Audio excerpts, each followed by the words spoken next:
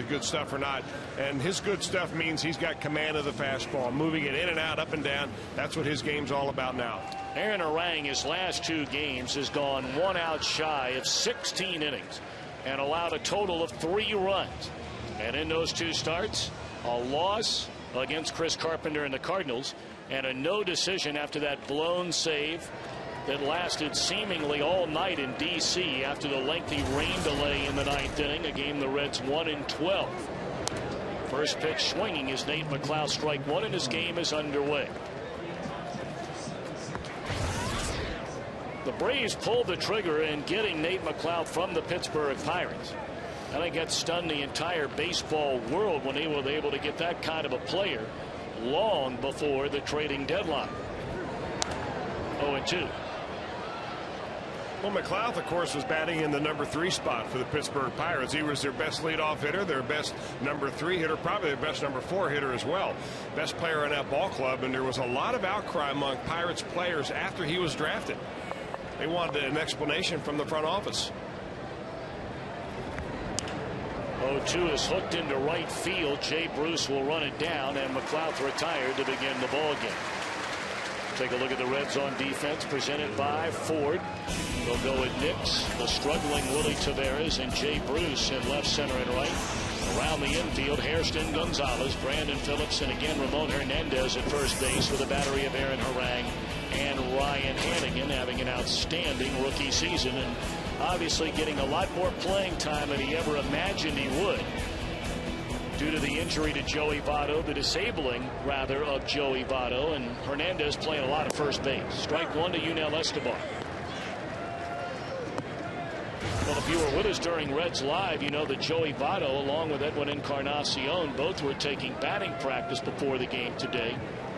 And Butch Jacoby, the Reds hitting instructor, was just amazed at what Joey Votto was doing, swinging the bat, and how well he was swinging the bat. Now remember, Tom, that it has never really been anything physical for Joey Votto. We're going to take a couple of shots of it right here. He was driving the ball all different parts of the ballpark, out to left field with ease, and you know, we're waiting for Joey Votto to feel comfortable about coming back. I don't think it has anything to do with him and his ability to hit. Tapper down to third. Nice play by Jerry Hairston Jr. and they're 2 away here in the first inning. Well, so far so good for Aaron Harang. 2 batters and 2 0-2 pitches. Now Chipper Jones. He enters tonight with no hits in his last 21 at bats, the second longest hitless streak in his long and Hall of Fame career. Back in August of 2000, he went hitless over a 23 at bat stretch.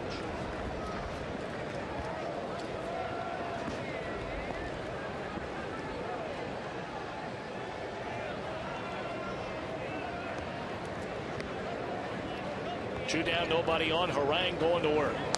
Strike 1. Harang has not thrown a pitch out of the strike zone yet. That's getting off to a good start. Oh, you know, you mentioned the last 2 games he's had out there, Tom. He's thrown the ball very well, giving up only 3 runs total in 2 games. He's been aggressive in the strike zone. That's what you have to be. 0-2. Third straight batter. And right now he's got Chipper behind the fastball. Of course, you look at the 1 start in Milwaukee back on May the 30th when Harang was roughed up for 8 earned runs in 4 1/3 innings, and since then he has been so good, but not a win to show for it. In fact, the Reds only have 2 wins from their starters over the last 3 weeks, the second fewest in baseball. But Jones breaks the 0 for 21 skid with a base hit on an 0-2 pitch into left field. Well, you can't take anything from Aaron Harang on this, because on the first 2 fastballs, Chipper Jones was late on him. And you're not going to throw him a breaking ball where you're going to speed his bat up. So what Jones does, he makes the adjustment right there. He figures that Aaron Harang is going with the fastball. He's going to stay on it a little bit longer, just try to take whatever he gives him, and that's a base hit to left field. Well, here's a guy you never want to face with anybody on base. I'm not sure you want to face him anytime, but Brian McCann, since coming off the disabled list, having eye problems after corrective surgery during the offseason, has hit in 25 of 32 games at a .377 clip.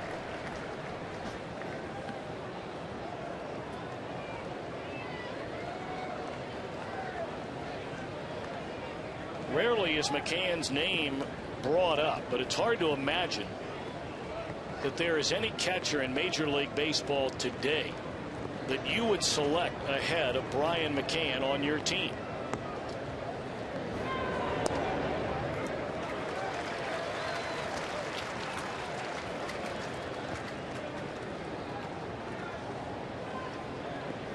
I would think the Reds would probably agree with that, because lifetime against the Reds, he has just absolutely killed them. Hit about 360 off of them and hit 8 home runs. That's only in 23 ball games. 0-2 again, and it's swung on and fouled out of play. Now you go back to the start of the 2006 season when McCann came up as a regular player for the first time. He leads all Major League catchers since then in home runs, in extra base hits, in doubles, and in runs batted in. He's knocked in almost 300 runs in those 3 years. Struck him out on a high fastball to end the inning. Very impressive first for Aaron Harang. The Reds come to bat. Bottom of the first when we return.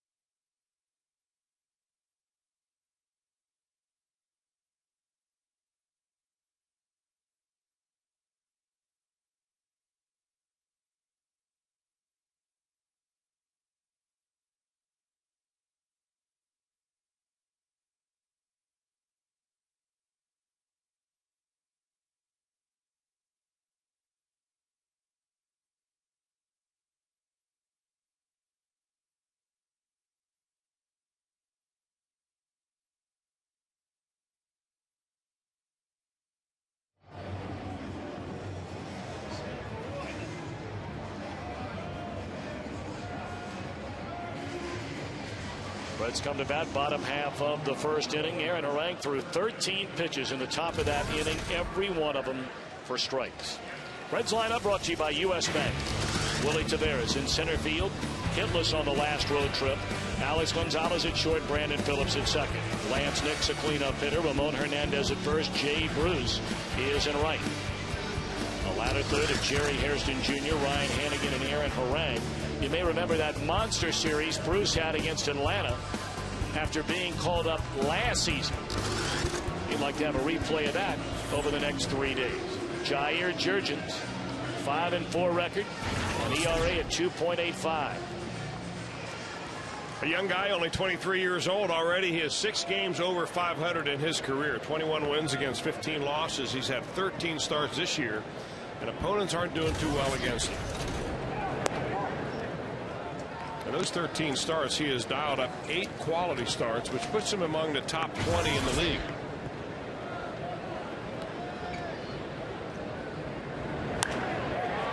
Willie Taveras, boy, did he need that.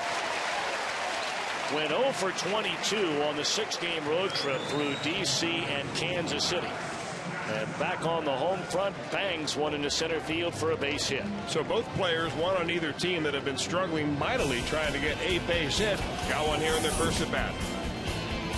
The Atlanta defense presented by Ford, Anderson, McLeod, Francoeur in the outfield, Chipper and Casey Kochman on the corners, Escobar and Johnson up the middle for the battery of Jurgens and Brian McCann. Willie Taveras, 12 stolen bases in 15 attempts. Here's Alex Gonzalez. Strike one. So that's the first hit for Willie in officially 32 at bats. Now he needs to remember how to steal second base.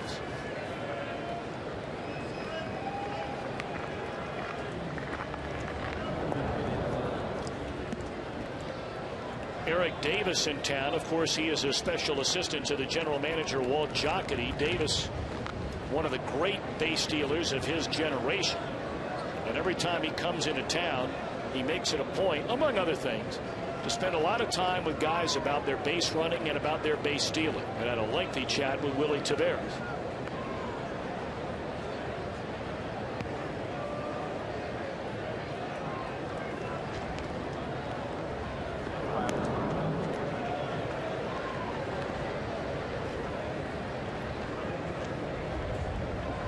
It's been a while for Willie to have a stolen base. Of course, that hitting slump has something to do with that, but you've got to go back to the last game against the Cleveland Indians on May the 24th to find his last swipe. 0-2 on Alex Gonzalez. And Gonzalez is trying to give him a couple of pitches with which to go. And really, we've seen this from Taveras.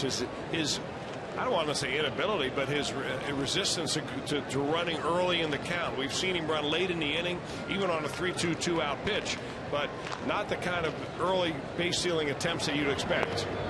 They're looking for one on an 0-2 count with that pitch out. Eric Davis talked about the old adage Joe Morgan used to have about just give me one strike. Talking about the hitter batting behind him where you don't swing the bat. And Taveras, Lord knows, has had many opportunities this season, as you talked about, Chris, where, more times than not it was Jerry Hairston batting behind him when Taveras was swinging the bat well. We remember that series he had in Arizona. And Hairston has been very good batting in that 2-hole, taking a pitch and allowing him to run. There he goes, and it's fouled out of play. Well, the problem now with waiting until 2 strikes to go is exactly what happens to Taveras right here. Trying to guard the plate is Alex Gonzalez. He doesn't want to get struck out looking, so he's going to be hacking. So chances are if you foul the ball off, you're going to run back and you're going to have another sprint ahead of you. And this could happen 4 or 5 times in a row. So you get to the point where, well, you know what, I'm a little too winded right now to try to steal. I think I'm going to have to stay here. That's why the ideal count is when you've got 1 strike on a hitter. 1-2 again on Alex Gonzalez. Jurgens a long look over at Taveras. Not running this time.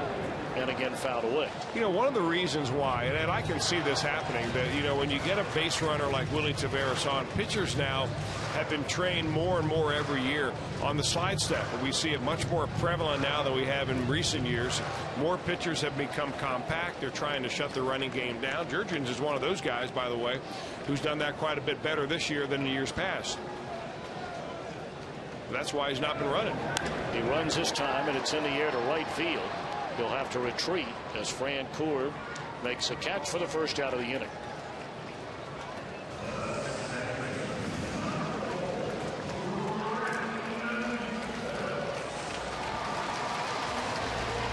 Well, the stolen base, of course, Tom, is the one big weapon that Willie Taveras has. But sometimes the second best weapon he has is the threat of a stolen base, where you hope that he's able to take the concentration of the pitcher a little bit off the hitter and a little bit on him, and that pitcher leaves a hanging a breaking ball or gets a fastball up in the zone, and somebody in that order can drive it. Now Brandon Phillips at 273, 10 home runs and 43 batted in. First pitch fastball is high. Jurgens over his first 9 starts had an ERA of under 2, a 4-2 record. The ERA at 1.9, and the league was hitting .216 against him. On his last 4 starts, he's become much more hittable. ERA of almost 5, in the league hitting nearly 300. Of course, Johan Santana going through the same thing right now with the New York Mets, and rumors swirling that he's hurt. That naturally is the kind of thing that comes up when a guy's dominating and now has trouble getting people out.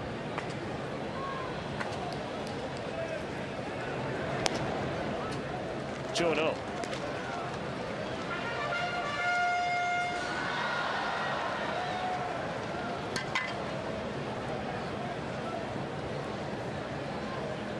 So Taveras still parked over there at first. Only 1 pitch as he attempted to run, and that was a 1-2 pitch to Alex Gonzalez. There he goes, taken up and in. Throw down to second, and he's in there easily. with his 13th stolen base and his first, as Chris mentioned a moment ago, in the month of June. Well, that's got to feel good for Willie Taveras for two reasons. Number one, he broke that long hitless streak. Number two, he's able to get into scoring position right here and rather easily. He had a big lead against Jurgens, who does not have a quick move to first base. Last year, Jurgens gave up 28 stolen bases. That is only the fifth that he's given up so far this year. 2-1 now to Brandon Phillips. The Reds with a scoring chance here in the bottom of the first inning, and time is called by Phillips. Brandon, the 7th best hitter in the National League, with runners in scoring position at 368. Boy, for a guy that struggled so mightily during the month of April, you hardly ever thought that you'd even be talking about that kind of a number with him, but he's been the Reds' really lone run producer, at least consistent run producer over the last couple of months. Into right center field, McLeod giving chase, and he cannot get it off the end of his glove. Of course, Taveras had to wait to see if that ball would be caught, and so he will stop at third on a double by Brandon Phillips. Great effort as always by McLeod, and he just missed it.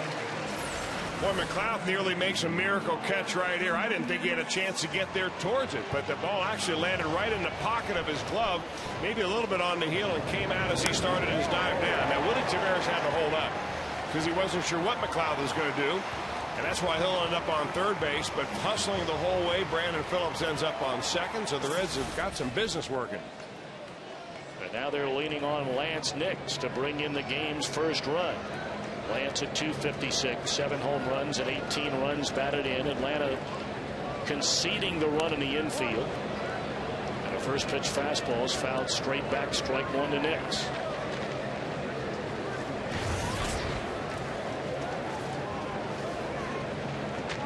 Really not much to talk about for any Red offensively except for Ryan Hannigan, and you're talking about a 250 batter on the last road trip. Alex Gonzalez also had a good trip.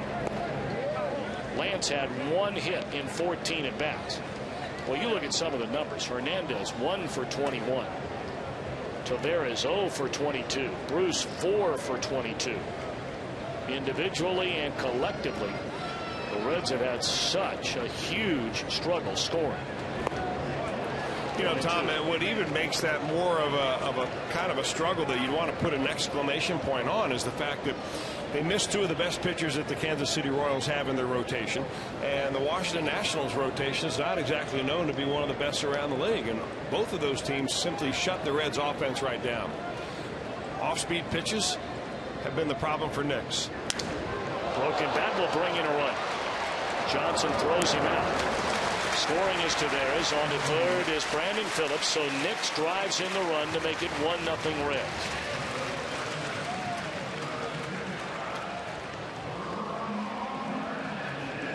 So important right there to get a run in, get that crooked number on the board, especially for a ball club that's been struggling. So they don't do well when they're behind in the score, but when they do score first, they're among the best in the league in keeping that win.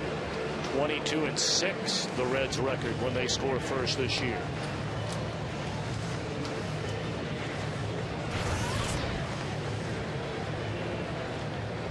Well, even though Hernandez numbers, as we mentioned a moment ago, 1 for 21, but Chris, you brought it up. Look, Jacoby brought it up around the batting cage before the game. He had a lot of balls hard on the trip.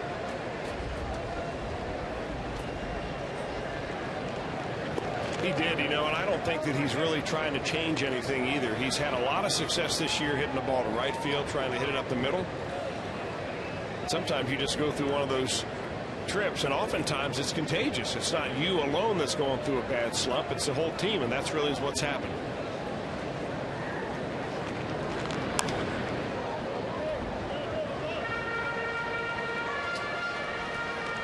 You really got to admire Hernandez and what he has done here through 62 games in his first year as a Red.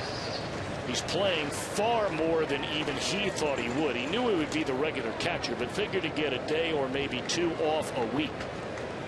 But on the days he's not behind the plate, of course, he's having to play first base every day. And his batting average is starting to suffer. He's gone from the 290s down now to around 250.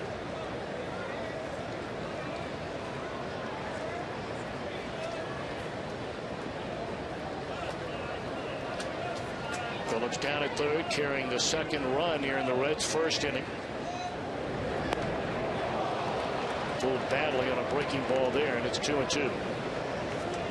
Now this is what really the main weapon of Jair Jurgens, and that's a little slider right there. Actually, that had some spin on it. I thought at first it was a changeup. He's got great arm action, and that changeup of his is what his go-to pitch is.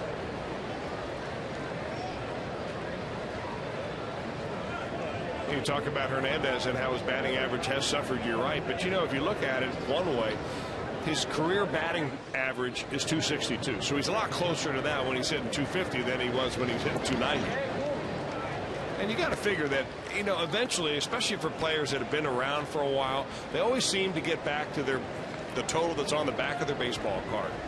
You know, every once in a while you have a player that has a huge breakout year and you wonder if this is a new plateau. But usually they come on back to where they belong. 3-2 now on Ramon Hernandez, and it's ball 4 high. So the inning will continue for Jay Bruce.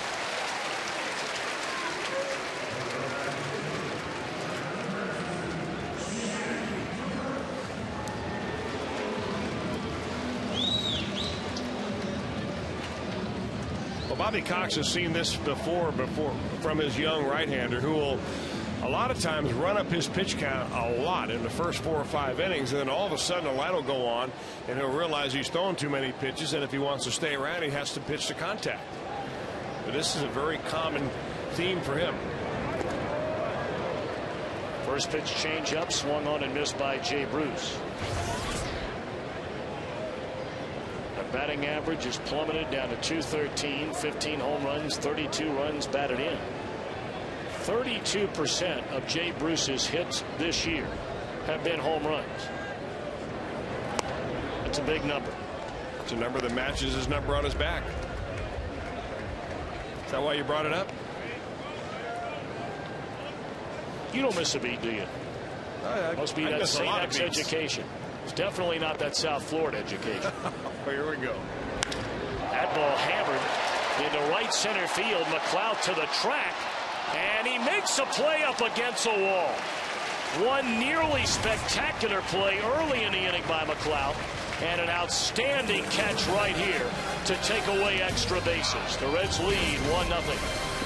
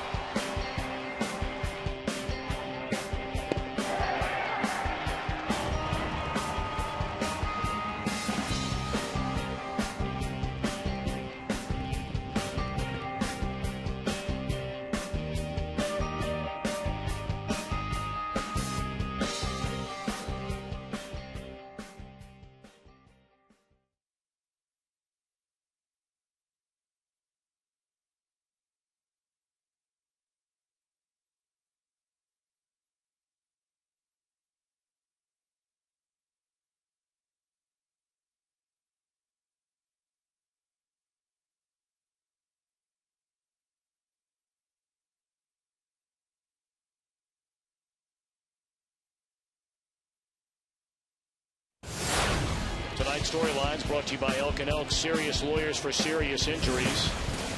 Well, the offense has been up and down. The defense has been shaky, but certainly the foundation of this Reds franchise is being built on pitching, and it has been so good by and large, Chris, this entire year, among the league's best.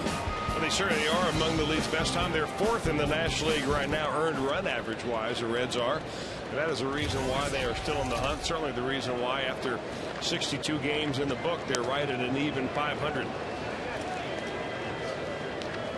See the pitching numbers. They have been unbelievable in June. Barely over 3. and yet 3 games under 500. Aaron Harang, meanwhile, speaking of pitching, has thrown 14 pitches in this game, every one of them for strikes. And wouldn't you know it, you bring it up and he throws one high.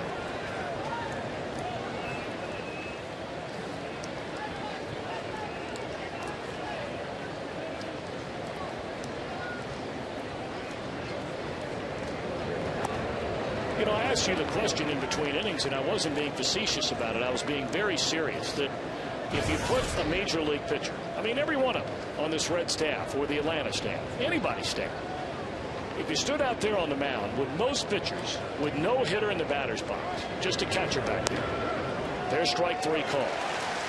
Would most pitchers be able to throw 14 straight pitches that would be called strikes? I would think so. I mean, I would say that throwing a strike with nobody up there, with just a catcher back there, no umpire, no batter, is probably 25% easier than shooting a free throw.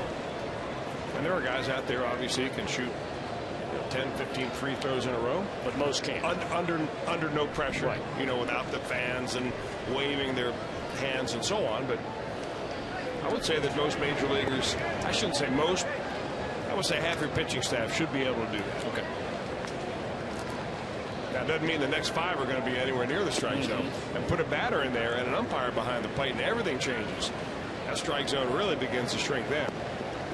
Casey Kochman activated off the disabled list before the game today. Looks at a fastball strike, 1-1. Kochman, you may remember, came over last year in the Mark Teixeira deal from the LA Angels of Anaheim.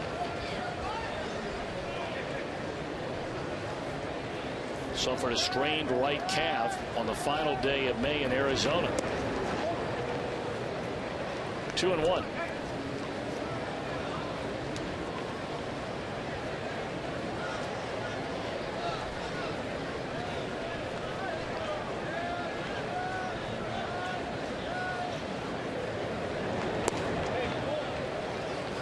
When he's missed, he hasn't missed by much, but that is ball 3. 3-1 to Kochman with 1 out, nobody on in the second inning, and the Reds leading 1-0.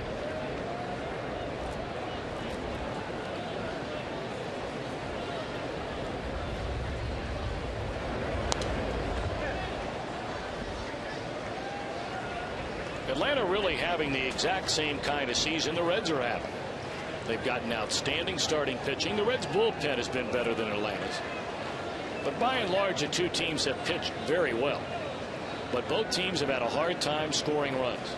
Seems like we say that about more teams in baseball this year than any year I can remember in a long time. That one lined into left center field, a base hit.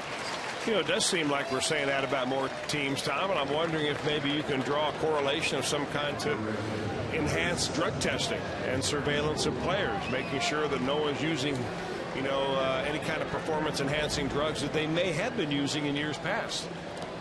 Might be a stretch to draw that correlation, but you know, it's one of the possibilities that people are throwing around.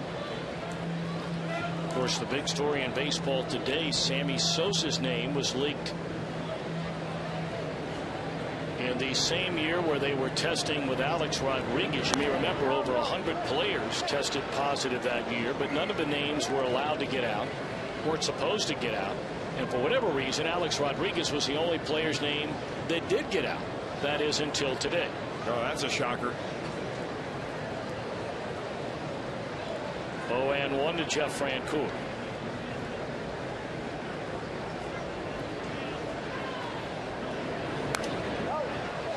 Nothing at 2.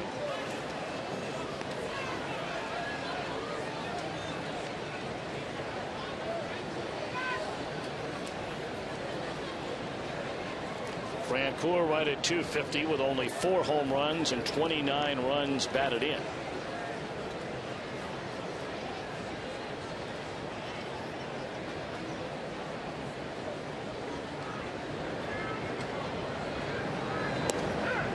And there's strike 3 called right down the middle.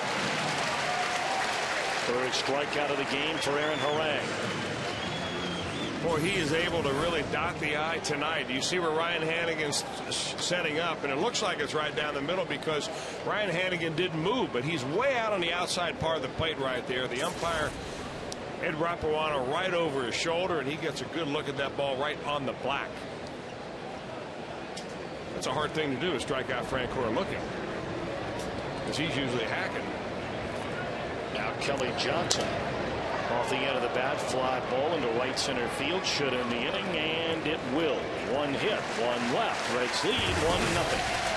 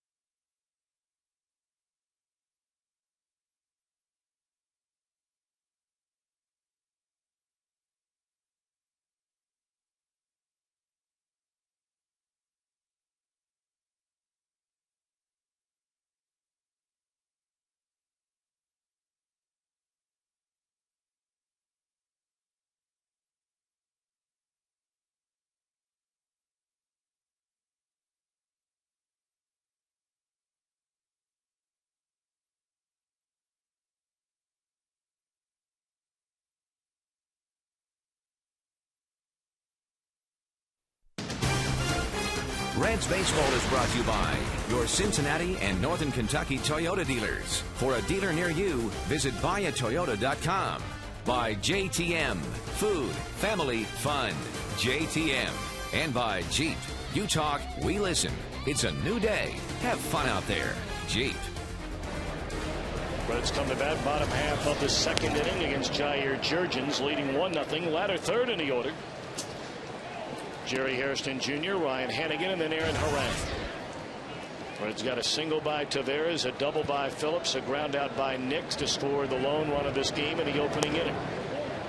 2-0. Hairston at 246, hitting on 7 home runs and 19 runs batted in. Of course, Hairston not known as a home run hitter, but he had 7 so quickly. You wondered, Chris, going back to what you brought up earlier, would this be one of those years where, you know, it may not change what you think he's going to do down the road, but it just could be one of those big years? Well, it would be back-to-back years then for Jerry Harrison if he had another big year here. Had a great year last year. He hit about 65 points higher than his overall major league batting average. And anytime a player does that, you wonder, all right, is this a new plateau, or is this a guy that, you know, is having a blip in the radar and just an exceptional year? But if you talk to Jerry, he'll tell you that last year was the first year in many that he felt he was completely healthy. Now, he had some small injuries along the way, some finger injuries and things like that sidelined him for a while. But his back problems have gone away, and that's a big thing for Hairston. And what he's shown me, Tom, is the ability to get on a high fastball. I mean, he turns on a high fastball. He's one of the better high fastball hitters the Reds have, and if you chart his homers, most of them have come off that pitch.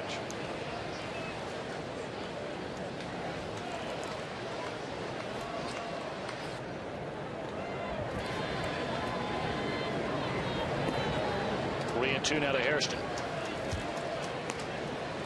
Night game again tomorrow night, day game here on Thursday. And then the White Sox come in over the weekend. And of course, the civil rights game will be played here on Saturday. And the entire city very much looking forward to that event. And what an event it should be. On the ground to Escobar. One away. Well, you see it every night here at Great American Ballpark, that beautiful new Toyota Tundra. If a Reds player hits the Tundra sign in left center or in right center in tonight's game, Greg Curtin of Fort Mitchell, Kentucky will win it. Register for your chance to win during an upcoming game at your Cincinnati and Northern Kentucky Toyota dealers. That would look good in your driveway, Creepy. You ought to register your name there. Oh, I've registered. You have. What's the maximum times you can register? I don't know. Are you knocking on that door? A lot. Nice.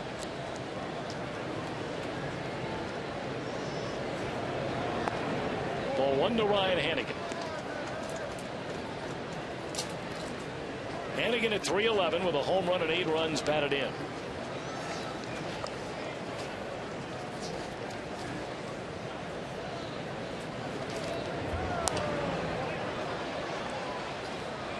Hanigan so far real good this year. He leads all National League rookies in hitting and on base percentage. Well, this is the one thing that I'm most impressed about Ryan Hanigan. And he's tied for 6th in the National League this year with Albert Pujols, Luis Castillo, and Chipper Jones in walking more than he strikes out. And that's a big key for him. I mean, his on-base percentage right now is right around 400. It's .398 coming into this ball game. But to have a year in which you are having more base on balls than strikeouts, in my mind, those are the best players around. Chipper Jones, Albert Pujols, Castillo's there because he's a guy that likes to work the walks. He's a contact hitter. But it's interestingly enough that the 2 players on this team that are best at that are both catchers, Hernandez and Van Hanigan. Roller again to Escobar, and they're 2 away in the inning.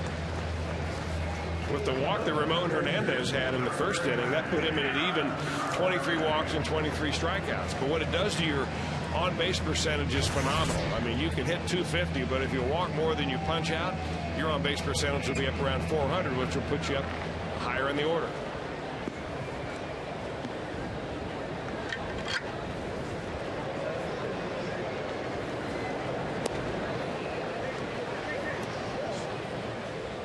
And 1 on Ryan Hanigan.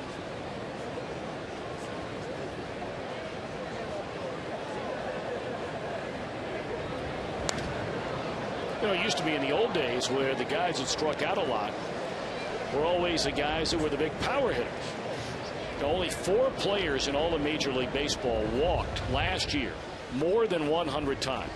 Jack Cust, Adam Dunn, Albert Pujols, and Pat Burrell.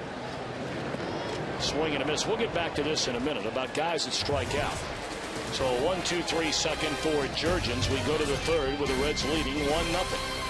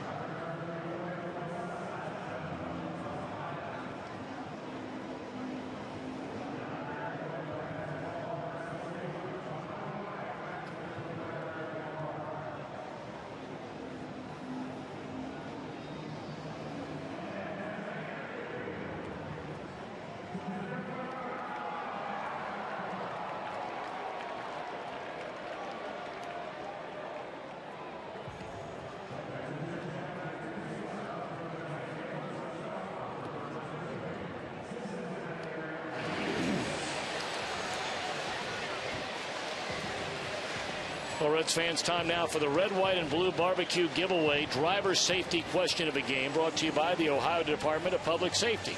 True or false, in a rollover crash, it is better not to have my seatbelt on? Simply text true or false to 37664 and you'll be entered to win a grand prize package featuring a barbecue grill, patio furniture, a flat screen HD TV from Fox Sports Ohio. For official rules and an alternate form of entry, go to foxsports.com/Ohio. Well, Tom, it's either raining or they're giving out little Ziploc bags full of $20 bills in the parking lot because the fans are heading to cover in a hurry. Well, I think the former rather than the latter would be the answer to that question. You're right, because I'm still sitting here.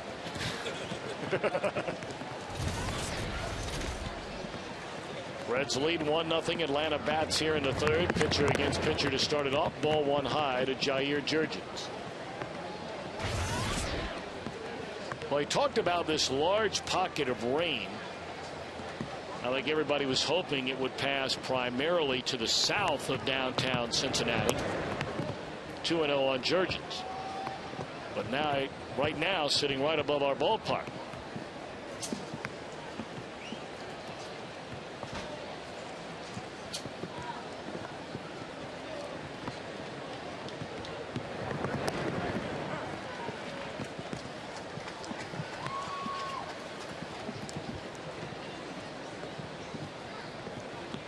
Nate McLouth on deck, and then Yunel Escobar. 2-1 to Jurgens. 3-1.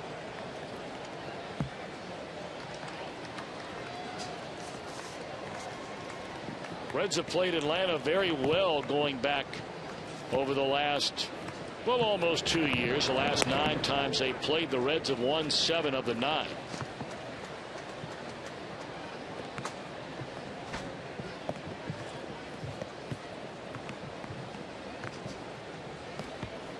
Two to Jurgens. Served into short right field. It will fall in, a base hit. It gets by Bruce. Taveras able to cut it off before it went out to the wall, and that's a base hit by Jurgens to begin the third inning. Get a great deal on Reds baseball. Visit any Greater Cincinnati Subway restaurant, purchase any footlong sandwich, and get $5 off select Reds tickets. Each ticket also comes with a $5 concession voucher. Offer good for all Monday through Thursday games in June and July. Visit Reds.com/Subway for details.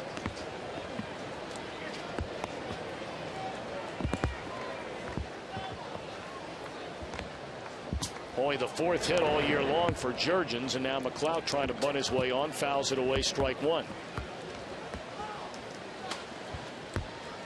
And he's trying to pull that bunt too. He's not just laying it down the third baseline where you've got a charging Jerry Harrison. He's going to try to get it down to first baseline. You've got a catcher playing first, holding the runner on, and you get that ball down the line there in no man's land, and you can create some confusion, especially when you've got the speed of McLouth. Rain coming down even harder now as it's popped up third base side and out of play. 0-2. Joe West, the crew chief, and he just motioned to Doug Gallen and the rest of that very fine grounds crew they have here at Great American Ballpark to hop on it. So we'll start the clock right now and see how long it takes them.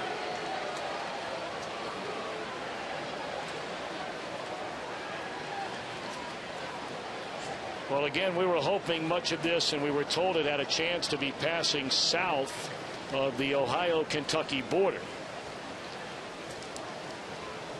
Lord knows the Reds have seen so much rain here recently. On the last homestand, we had a lot of it. Chris, you were there in D.C. I'm not sure you can get any more miserable than the 3 days weather-wise you had in the nation's capital before getting a break over the weekend in Kansas City. It was miserable. You're right, Tom. And even prior to the Reds getting into Washington, D.C., I think they had 6 consecutive games in which they either had rain delays or rain outs, and it's been raining mightily among the Atlantic coast. They got a guy caught underneath the tarp over here. Hold on, did he get back to his feet? I don't know. We'll see if there's a lump in the tarp.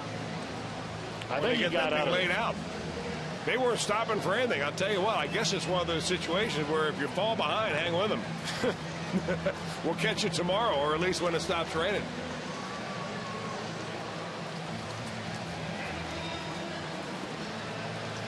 So there is a guy. Indeed, there is a guy under there. He's coming out by the shortstop position. There he is. There she is. Oh, she is. What's that old adage about women and children first? Here she comes.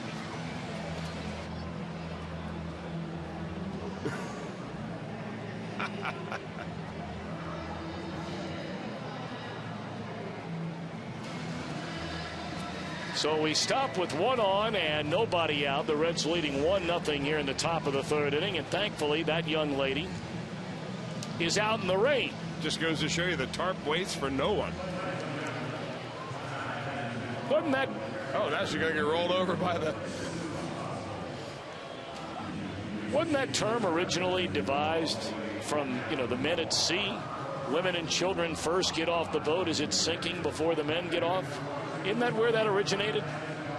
Obviously, with the wet stuff here in Cincinnati, it does not hold true for our grounds crew. She's now my favorite member of that grounds crew.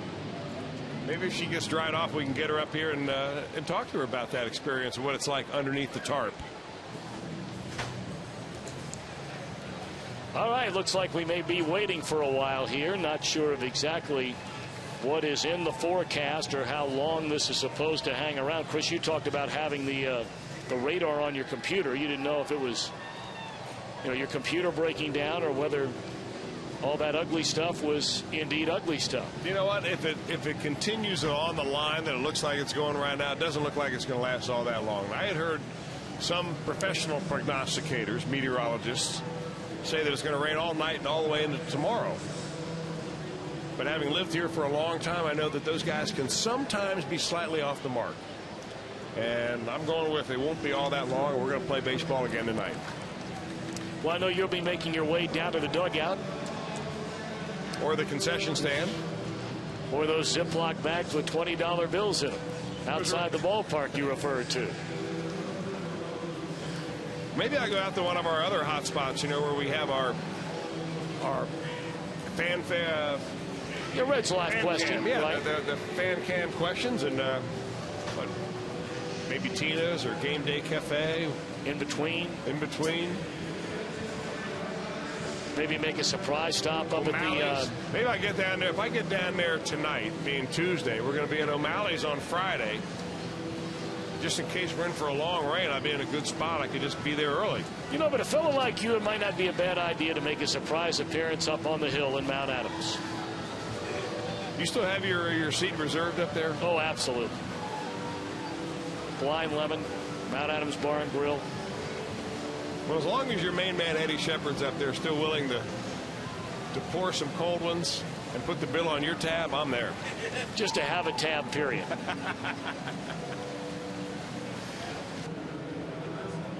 All right, we're going to take a timeout while it rains here in downtown Cincinnati. Reds lead in the third inning, 1-0. Back in a moment.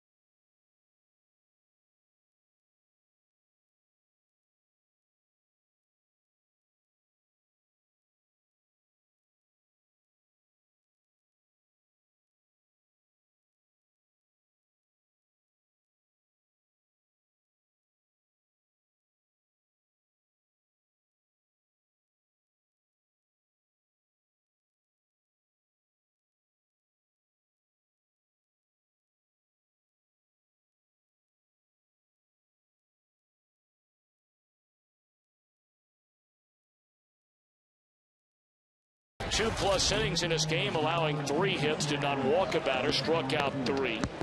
He allowed a base hit to Jair Jurgens to begin the 3rd inning. And after a lengthy rain delay, taking over on the mound is Daniel Ray Herrera. Now the young left-hander gets it early in this ball game. He's used to come in more in the middle innings, maybe face 1 or 2 left-handers. The interesting thing about the configuration of the Reds bullpen, Tom, is the fact that they've got 13 pitchers on their staff, 8 guys in the bullpen, which is usually 1 more than normal for most teams, but really none of them qualify as what you would say a long man. So I imagine this will be one of those bullpen games for Dusty Baker.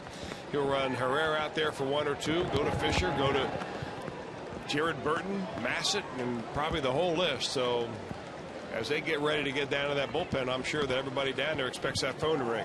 Sure, a lot of people at home are wondering, much like we are up here in the booth, why in the world this game is starting again in the rain. I mean, it's got a light rain right now. It did stop for a brief amount of time, and I mean extremely brief. Couldn't have been longer than, what, 4 or 5 minutes tops. And no sooner do they get the tarp off the field and get the players ready to go, get Herrera warmed up, Jeff Bennett warmed up for the Atlanta Braves. Here's the rain again. And you can tell it is raining. 2-2 on Nate McLeod. I always said you had a keen eye. It is definitely coming down.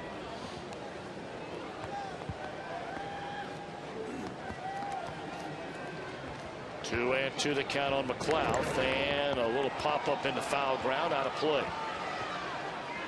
I mean, you really have to ask the question why this game right now is being played after waiting so long. Well, not necessarily why it's being played right now, but why is it being started?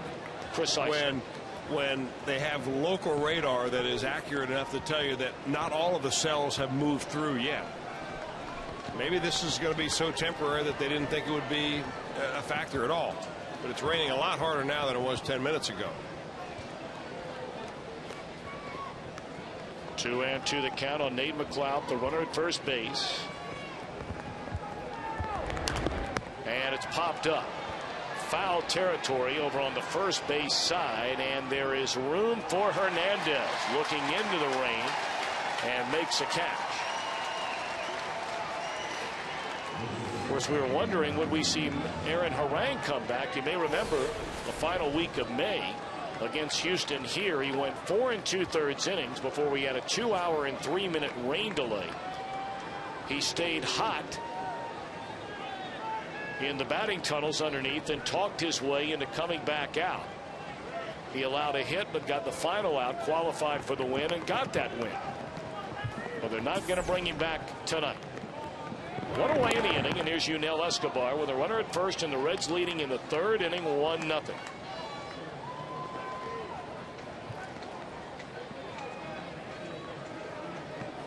Escobar grounded out to Jerry Hairston Jr. his first time up back in the opening inning. 2-0. Chris, how hard is it to throw the baseball where you want to throw it when the ball is this wet? I think you want to first of all hold it on the dry part of the baseball. I mean, the ball's not wet right now when a pitcher gets it back. Anytime it hits the grass, you're going to exchange out the baseball. So that's the one pure and dry thing that's still in this ball game. I think the main concern for any pitcher out there is your footing, because no matter how you try to dry the mound off, you still have clumps of mud sticking to your cleats, and when you land, you don't have a good solid feel when you land, and that's why I think that Herrera's pitches are floating up in the strike zone. There's a liner to Hairston. He'll double up Jurgens, and that will end the inning. So well done by Daniel Ray Herrera. Middle of the 3rd in the rain in Cincinnati, and the Reds with a 1-0 lead.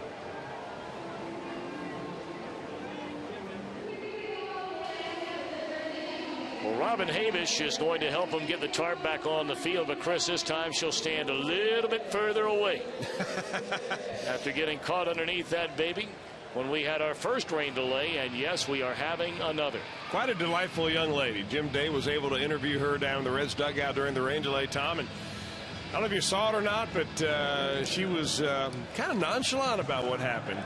Didn't overplay it very much. And I'd learned something from her to realize that, you know, if you're a part of that grounds crew and you fall, we're not stopping. I mean, we saw that. I thought maybe they just didn't realize it, right? No. The rule of thumb is that you just go ahead and go down and then make your way to the edge. Meanwhile, we're going to cover the field. So they have set their list of priorities, and Robin, you found your way to the edge. We're happy about that.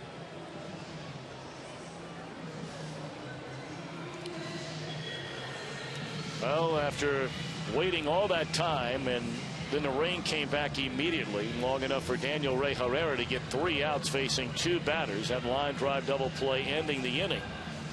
And of course now, depending on how long this delay lasts, you know, the Reds think about bringing Herrera back again or have to use a third pitcher in basically 1 inning of work. Harang was on the mound in the 3rd. You got Herrera through the 3rd, and now you need somebody different, more than likely, depending on the length here, in the 4th. Well, Tom, the only thing I can figure is this: that when they looked at the radar at 9:30, and that's the time at which they took the tarp off the field from the initial rain delay, that they took a look at the radar. There's Declan Mullen and Doug Gallant, and when they looked at it, decided, all right, most of the bad stuff is out of here. We're going to go ahead and take it off. And that one last cell that brought that most recent rain in probably surprised everybody. I would be very surprised if they don't take this tarp off in the next minute or two, because I think that they figured out that this front, for the most part, has moved through, and it is wetting down the areas east of town, but not here.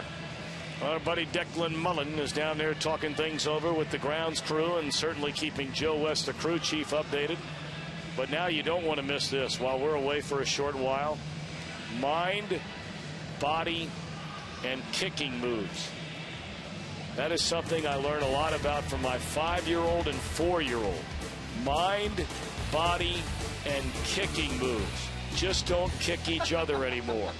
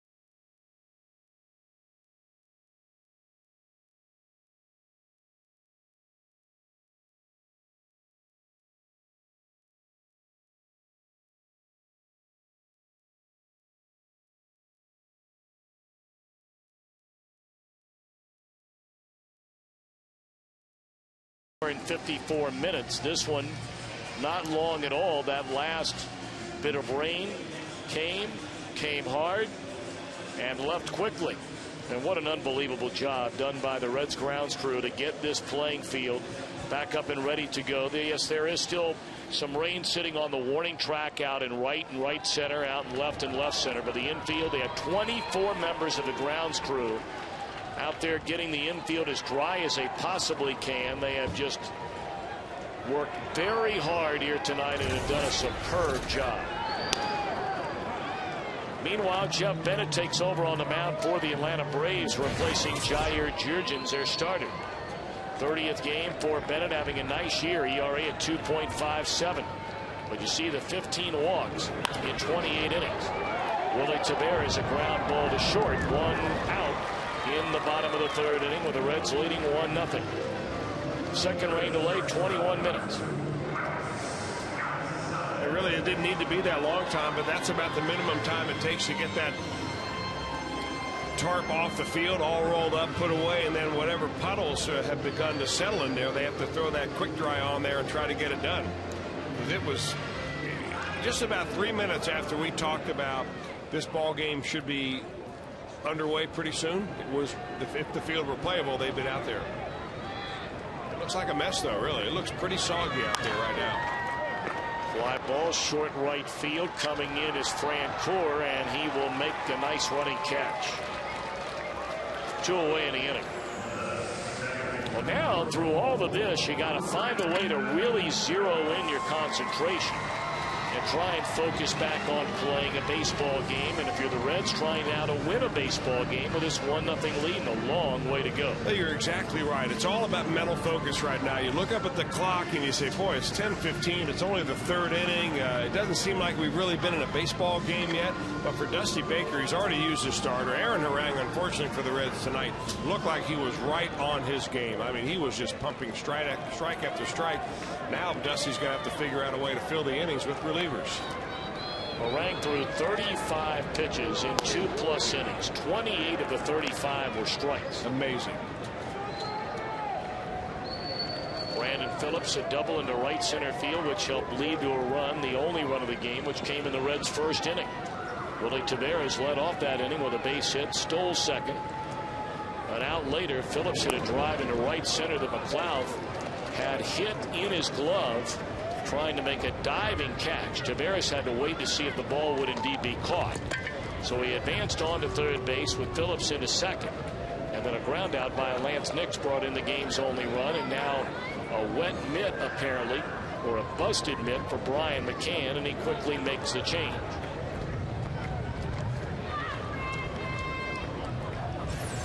Here's that play by Nate McLeod on what turned into a double. That was nearly a spectacular play made by McLeod, who made a really nice play to end that inning on a drive to right center by Jay Bruce.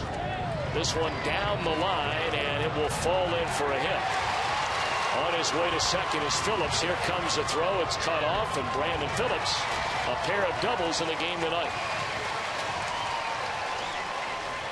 Had a pair of doubles by using the entire field. Brandon Phillips is such a tough out when he does this.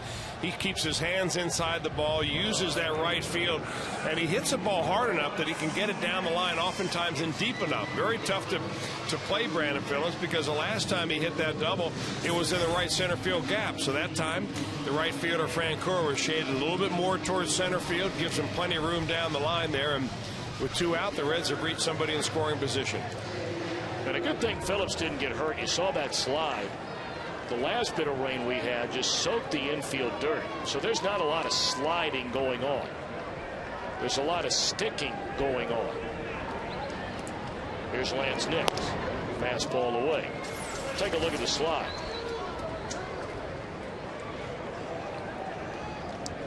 I mean, that hurt a little bit.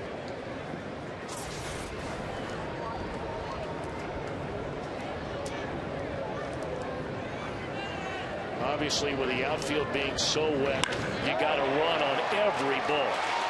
There's a liner over the head of Francoeur. Nix on his way to 2nd, so back-to-back doubles by Phillips and Nix, and the Reds are in front 2-0. Boy, was that ball smoked by Lance Nix. I mean, right now that ball went over the head of Jeff Francoeur. A fastball right down Broadway, and he nearly makes a grab on that. Francoeur does, and he's got to figure it out there. Hey, these guys are picking on me now. I'm running around out here in puddles. Pair of RBIs tonight for Nix, giving him 20 on the year. I mean, any ball to an outfielder, you got to take the extra base. They're very unsure of their footing out there. The throw cannot be easy. You saw Francoeur made a great throw, but a throw that was not going to get Nix after picking that ball up out of the puddle. Well, I think that also, you can expand that, Tom, and say anything you hit, bust it out of the batter's box, because you never know what's going to happen out there. Outfielder may trip before he gets to it. He may try to change directions and fall down. This is where hustle really coming out of the batter's box is more important than ever.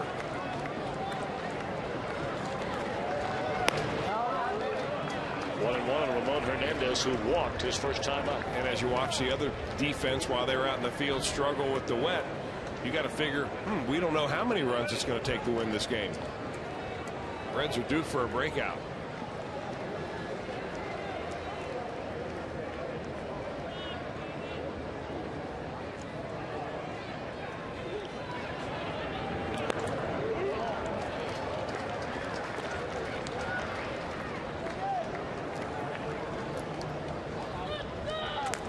Reds out to the 2-0 lead, batting here in the bottom of the third inning after a pair of rain delays. Reds are trying to end a 4-game losing streak after winning the first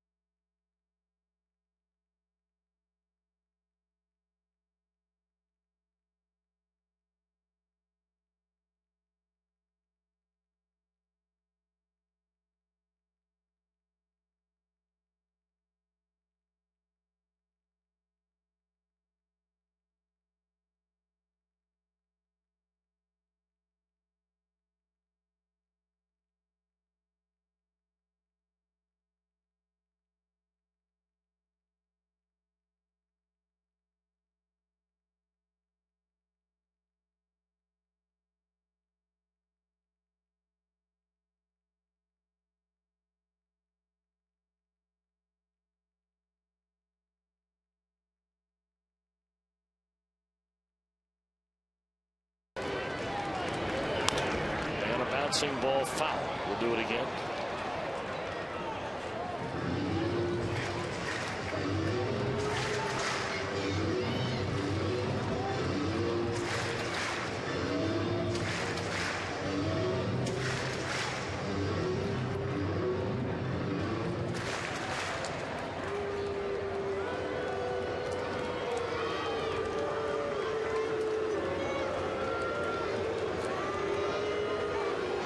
Nick's a runner at second. Ramon Hernandez at first. Both will start on a 3-2 to Jay Bruce. And it's ball 4, and they are loaded for Jerry Hairston Jr. What would look like a nice, easy inning for Jeff Bennett and Bobby Cox has turned into somewhat of a potential nightmare. He gets the first 2 out, no problem at all. A ground ball by Taveras, a pop-up by Alice Gonzalez, and now the next 4 have reached base. Back-to-back doubles producing a run from Phillips and Nix, and now back-to-back walks to Hernandez and Bruce. Hairston grounded out to the shortstop his only time up, but that was against starter Jair Jurgens. Some big runs out there to increase his 2-0 lead, and it's ball 1 to Hairston.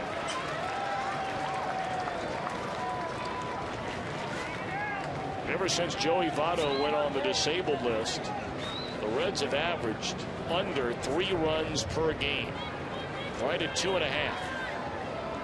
Votto in uniform took batting practice before the game today. Looked very good in the cage.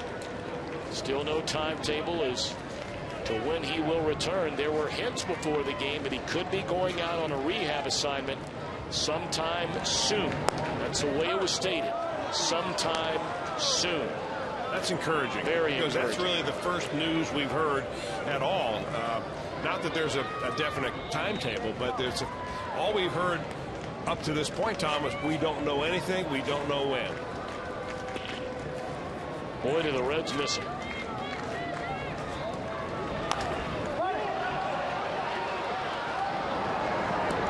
First roll in the inning, Reds score a run, leave them loaded. We go to the 4th with the Reds in front, 2-0.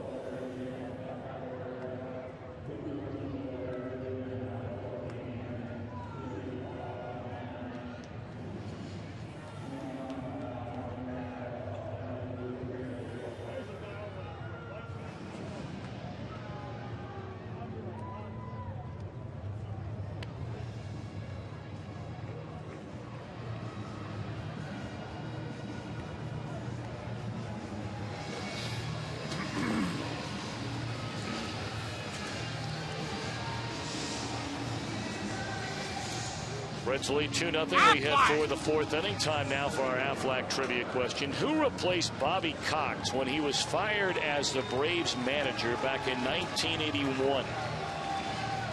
We'll give you a little while to think about that.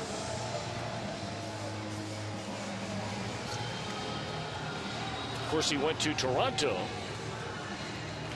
and then came back as the manager and the general manager for the Atlanta Braves. Did the replacement manager wear wingtip shoes with his uniform? That's the question. So we have 2 trivia questions. Well, look at those numbers. Look at those numbers. Of course, the 14 consecutive years of going to the playoffs as division champions. Look at those numbers.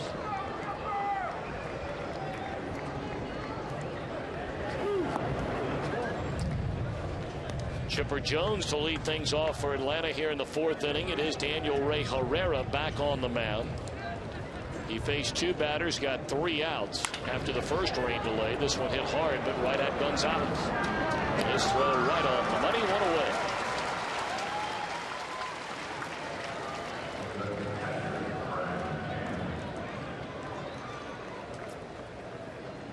Herrera has had such an outstanding year. I mean, you go back to when he pitched on opening day, was very wild, which we know is not his MO. Tonight is his 28th game, and his earned run average is 1.80. He's retired the first batter in 22 of his 27 appearances before tonight. Now 22 of 28, I beg your pardon. Has stranded 15 of the 19 inherited runners when he's come into games. Now, he has just been sensational when they brought him on. He's allowed 2 runs in his last 16 2/3 innings.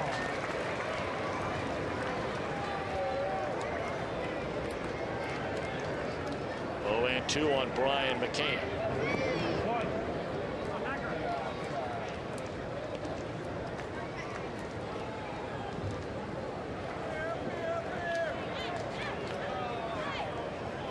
Cleveland has scored twice, but still trails by 2, batting in the bottom of the 9th inning, 7-5 against Milwaukee. There's a soft liner fair down into the right field corner, and McCann will stay put as Bruce got to that ball quickly. Well, Reds fans, do you have a baseball question you'd like to know the answer to? Well, come on down to O'Malley's Friday at 6 for your chance to be a part of Reds Live and get your question answered on the air. Join the fun at O'Malley's Fridays at 6 o'clock.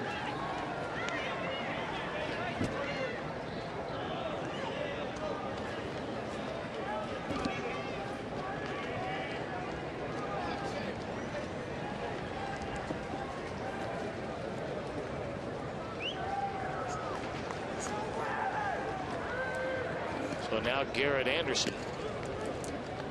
With 1 on and 1 out, Reds leading 2-0. We're in the top of the 4th inning. Ball 1 away. That's O'Malley's in the alley, you tell me, right? Yes. It's on a bat somewhere between third and 5th, 3rd and 4th, something like that. 3rd and 4th. 3rd and 4th, yeah. The old Ogdens. Oh, yeah. Okay, I got you now. 1-0 on Garrett Anderson. Yeah, O'Malley's in the alley. 25 Ogden Place. Yep. Is that some haunt of yours? Have you been down there regularly or what? No, not regularly, but to answer your next question, yes, you can still throw peanuts on the floor. Nice. Okay. Little flare into short left center field. That'll fall in for a base hit. So singles from McCann and Anderson, and the Braves have the tying run aboard, the go-ahead run coming to the plate with 1 out. Well, the Reds were knocking at the door with the bases loaded in the last inning. They did score 1 run, but that ball will plate or get on base Garrett Anderson right there. Just a little flare off the end of the bat.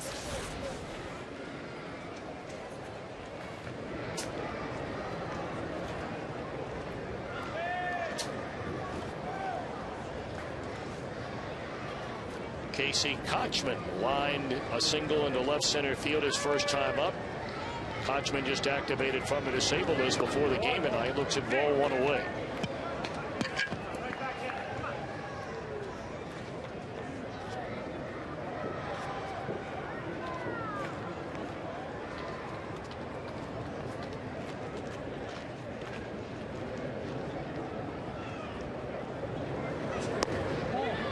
Just missed the outside corner. 2 balls and no strikes. Herrera wanted the call. So did Ryan Hannigan.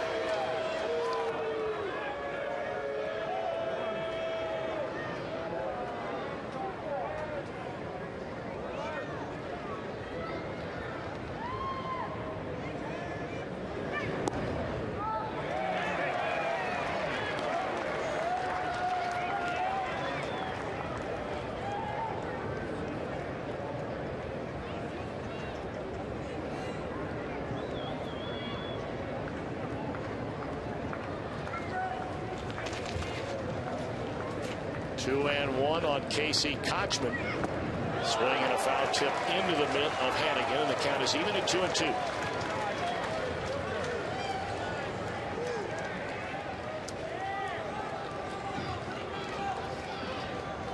Well, the rain certainly took, for a little while anyway, some of the humidity that was in the air. Very high humidity before this game got started, even though the temperatures were in the 70s when this game began. There's a swing and a miss, strike three. Good look for the ball right there, and it came up at just the right time for Daniel Ray Herrera. He's not going to blow his fastball by anybody, but he's got a nice curveball and a screwball. But that's a curveball right there with depth. And not an easy guy to strike out. Casey Kochman, only the 19th punch out of the year for him.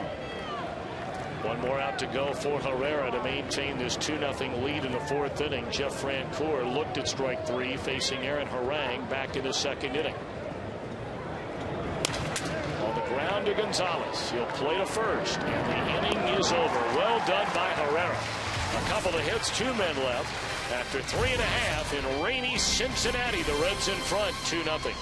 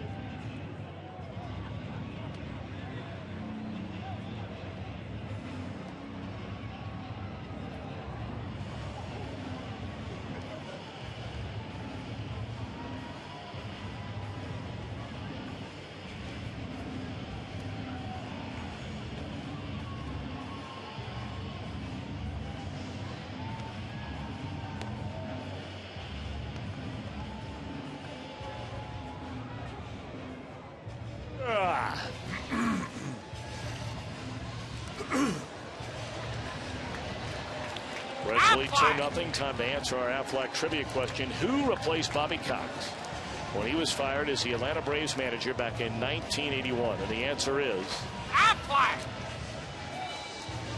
Joe Torre. See, I thought it was Ted Turner, but I have my years mixed up. Yep. That happened back in 1977. In fact, it was May 11th in 77 after the Braves had lost 17 games in a row. Dave Bristol was the manager of the Braves, was fired by Ted Turner. And Ted Turner put number 27 on and managed with his wing-tip shoes as his footwear as his debut as a manager. And it lasted but one day because the commissioner at the time, Bowie Kuhn, and the National League president, Chubb Feeney, said, there's a rule in baseball that if you own stock in the company, you're not allowed to manage it. So Ted Turner quipped, what'd they do, make up that rule yesterday? And as it turned out, he ended up managing only for one day and did not break the winning streak. The Braves did break their winning streak the following day, but that was back in 77. But we're talking about Joe Torre, who took over for Bobby Cox, and of course you may have heard of him. That was his second managerial job that Joe Torre received. The first time he became the manager of the New York Mets back in 1977. You know, when you go back and you start looking up Joe Torre's career managerial resume, you know, with the Mets, first year 49 and 68. The next year lost 96. The next year lost 99, kept his job. The next year lost 95, kept his job. There's a ground ball by Ryan Hannigan, thrown out by Johnson. So think about that just to start with. Your second, third, and fourth years as a major league manager in New York. You lose 96, 99, 95. The next year you go 41 and 62. They fire you. A year later, you get a managerial job with the Atlanta Braves, where you lose. You had a good year in 89 and 73. But when all was said and done, had a losing record his third and final year, went to St. Louis. I mean, had a couple of years that were decent, but by and large, very bad years as manager there. Winning percentage 420, 460, right in there. Then got the Yankee job in 1996. And the wins staggering after that. 92, 96, 114, 98, 87, 95. The next 3 years over 100. The next 4 years over 94. It all adds up to a guy that's won almost 2,200 games as a major league manager. Very impressive.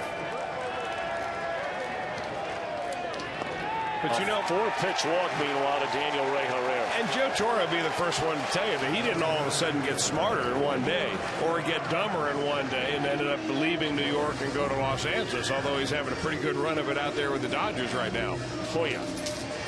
I mean, if you correlated, I'm sure if you took those same years, Tom, and the wins that the Yankees were able to muster under Joe Torre and then put on the next column their payroll, I would imagine that they were spending some pretty heavy iron to bring in the best players they could find. Oh, yeah. And they did. Now Willie Taveras, 1 on, 1 out, and there's a strike. Of course, one of the main reasons that he did have such a good run was Cincinnati kid, or we claim him anyway, even though he grew up in Columbus, Paul O'Neill. Heart and soul of that ball club for a long time. No doubt about it. Became a Yankee captain there. In the dirt. 1 ball and 1 strike. Of course, Paul has made his home here seemingly forever. Since he made it to the big leagues, still makes his home here.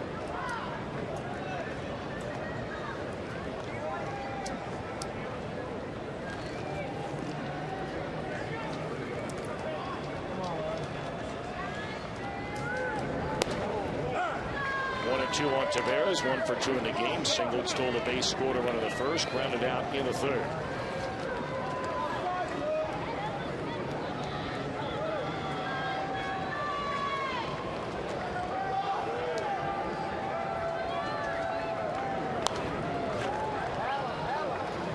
Milwaukee ends up with a win over Cleveland, 7-5.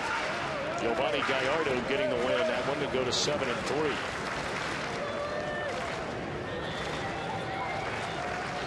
Cardinals are pounding Detroit 11-2.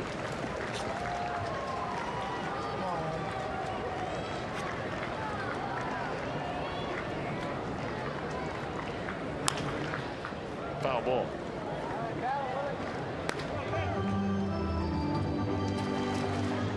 Albert Pujols hit another home run in that Cardinal game tonight, giving him 23.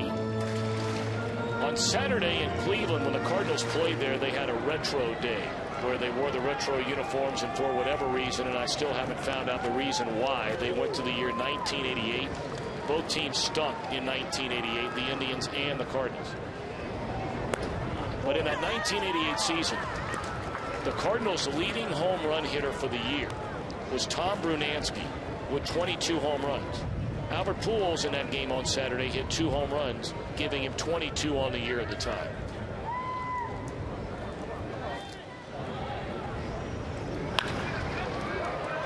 Down to third.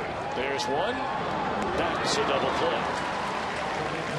End of 4 at Great American Ballpark. Reds lead the Braves 2-0.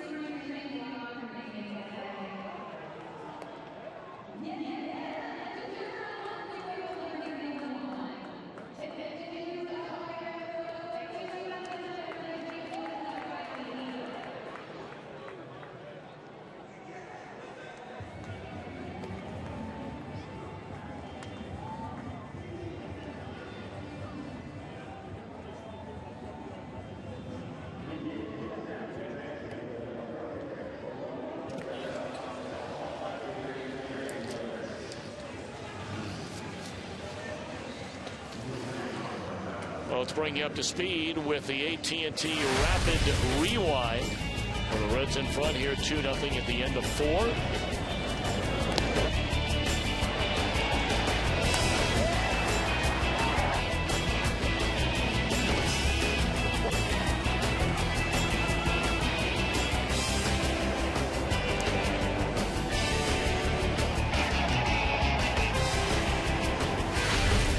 Again, that young lady's name is Robin Havish. AT&T, the nation's fastest 3G network. AT&T, your world delivered. For those of you that have may just seen that for the first time, she's fine. She was all right. Hit the deck and got out of there safely. And then joined Jim Day as part of our rain delay theater from Great American Ballpark. You were a big part of that rain delay theater. This is the best part. Dancing in the rain, in the dugout. And Brandon's got some moves now. You can tell. He'll be dancing with the stars pretty soon. You know that? One of these days he might be. 2-1 to Kelly Johnson.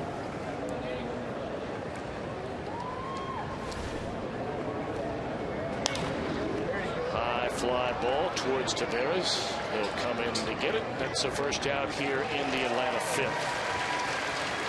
Let's take a look at the National League division by division presented by Honda. And this is the spread between the first place team in each division and the last place team. In the East, 20.5. In the West, 15. In the Central, 5 games.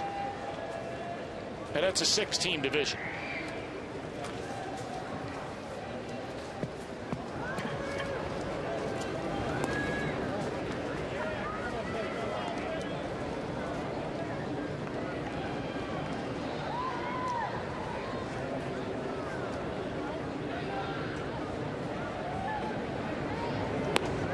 You know, Tom, you look at that spread. That's an interesting little graphic that we showed you because of the major differences between how close the teams are clumped up in the Central Division and what a big range there is in the East and the West.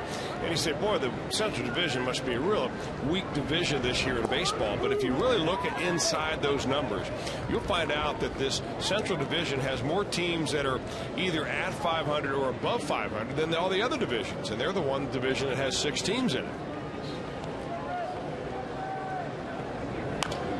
Look at Colorado, who has won 11 in a row before tonight. Looks like they're going to lose. They did all that just to get to 1 game under 500.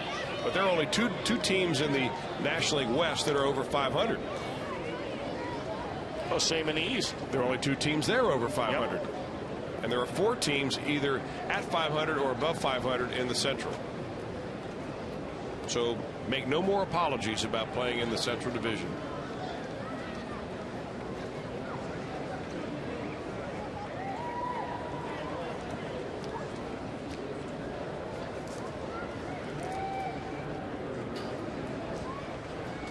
Jeff Bennett will bat here with 1 out in the 5th inning. And there's a swing and a miss. And he's gone on strike. Completely unfair right there.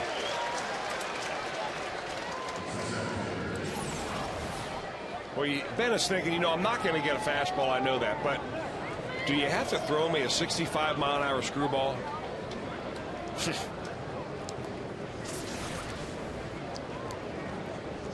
course, in the dugout, they're telling him, let's hope he doesn't throw us one of those.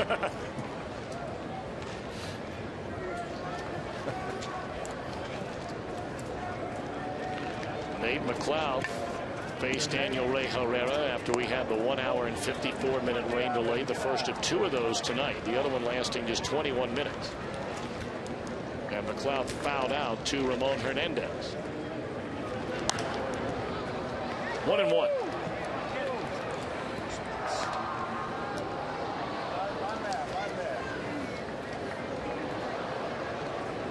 We're talking about that spread. I mean, who would have thought when we saw the Houston Astros come in here and the Reds sweep them 3 straight games a couple of homestands ago that, you know, that club, when they left here, would find a way to get to 3 games under 500 and just 4.5 out of first place when play began today. Same with the Pirates. They trade away McLeod. Much was made of that.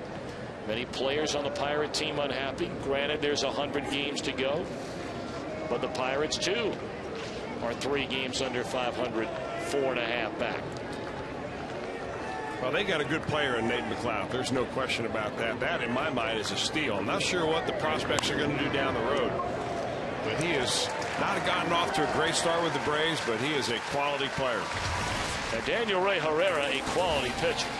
3 innings, 2 hits, no runs, and leads it 2-0.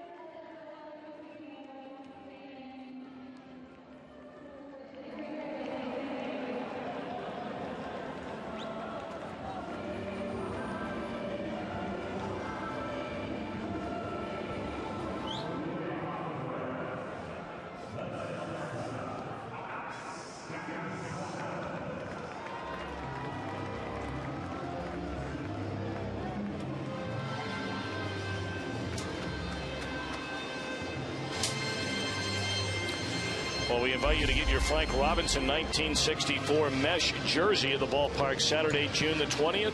That's a civil rights game. The first 20,000 fans in attendance receive the Hall of Famer's replica mesh jersey as sported by Mr. Chris Welsh, and we thank our friends from Duke Energy for that. That baby looks good on you. Feels pretty good. Nice and light. I'll tell you what, we've seen a lot of giveaway jerseys over the years. This is easily my favorite. That is big league. Like it a lot. For tickets, call 513-381-REDS. That's 381-REDS, or go to Reds.com.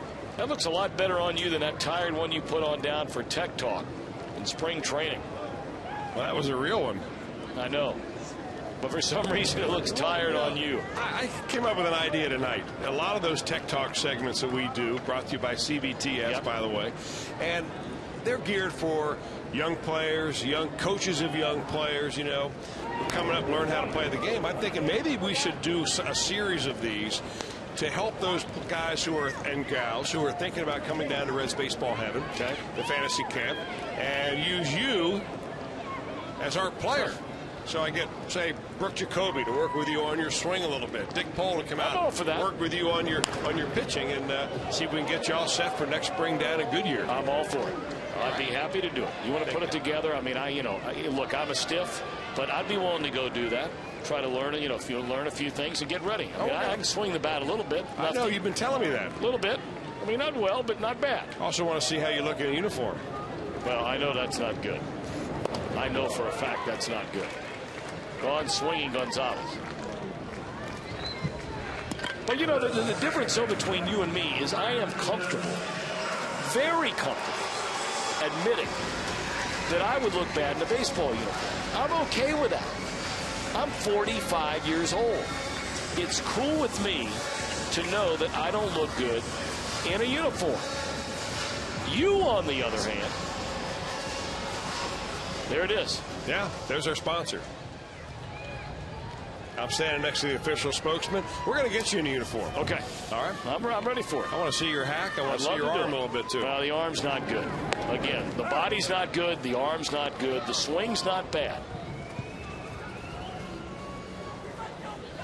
Well, you're not going to make me face, I mean, like you, throwing left-handed breaking balls because I'm a left-handed hitter. If I go down there to that fantasy camp and give up a base hit to Tim Kremchek and Jeff Pecoro, you certainly ought to be able to get a base knock. I don't know about that. That's lefty versus lefty. They're both right-handed hitters. No. Pecoro's right, but Kremchek's left. Really? They're on a curveball. Got it by my second baseman, who moved all of about 4 or 5 inches to try to get to that ball. Well, that pains you to admit that, doesn't it? Oh, yes, it does. 0-2 on Brandon Phillips, who has a pair of doubles tonight. This could be a third hit. Chipper bare hands. What a play. No, pulled him off the bat. What a great effort by Jones on very bad field conditions. Running hard all the way out of the box, and he's thinking base hit right here. What makes this tough is the footing, the wet baseball, and Chipper Jones nearly makes a terrific play. The Braves defense tonight really filled with a couple of nearly great plays. Nate McLouth nearly made one in the first inning, which would have kept the Reds from scoring a run, and that would have kept Brandon Phillips off base had the throw not pulled the first baseman Kochman off the bag. Good night for Lance Nix, 1 for 2 with a couple of runs batted in. The first a broken bat ground out, bringing in Willie Taveras from third, and then hit a ball right on the screws over the head of Francoeur in right for a double to bring in Brandon Phillips. Closing in on 11 o'clock Eastern time, and we are in the bottom of the 5th inning. One rain delay of 1 hour and 54 minutes. And then a second rain delay of 21 minutes.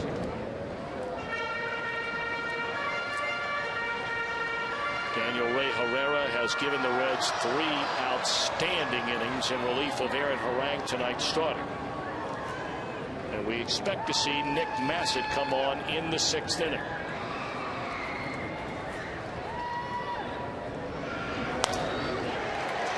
Base hit by Nix, and Phillips going to make the turn. He's coming to third. Will easily get there. For Lance Nix, his second hit, and the Reds trying to add to this 2-0 lead. The first hit that Lance Nix had was a line drive, a ball that was waist high right down the middle. But that is a pitcher's pitch right there from Jeff Bennett. A sinking fastball going away from him. And boy, in order to hit that pitch, you've got to keep your eye on the ball, your front shoulder right in there. That's something that Burke Jacoby's been working with these guys on, really trying to concentrate on, because so many of the left-handers want to pull that shoulder off the ball. But if you do that, you don't get it. He stays right there on it. And I'll tell you what, that's a great swing from Lance Nix.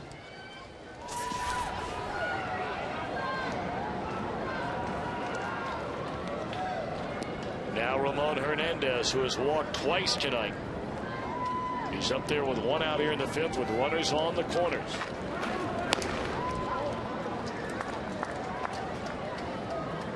And the second walk that Hernandez gained gives him 1 more base on ball than he has strikeouts on the year. Don't you think it's odd that the 2 guys on this ball club that can state that they had that ratio, more walks and strikeouts, are both catchers? Yep. I've always thought that catchers should know the strike zone more than anybody else because they see so much of it. They're both grinders.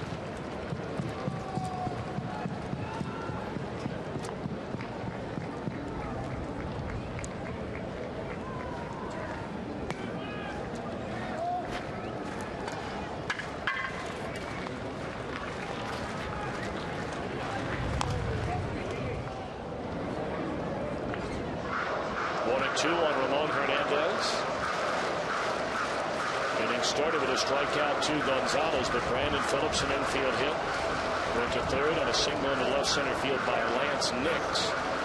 And now the Reds with a big time chance to add to this 2-0 lead.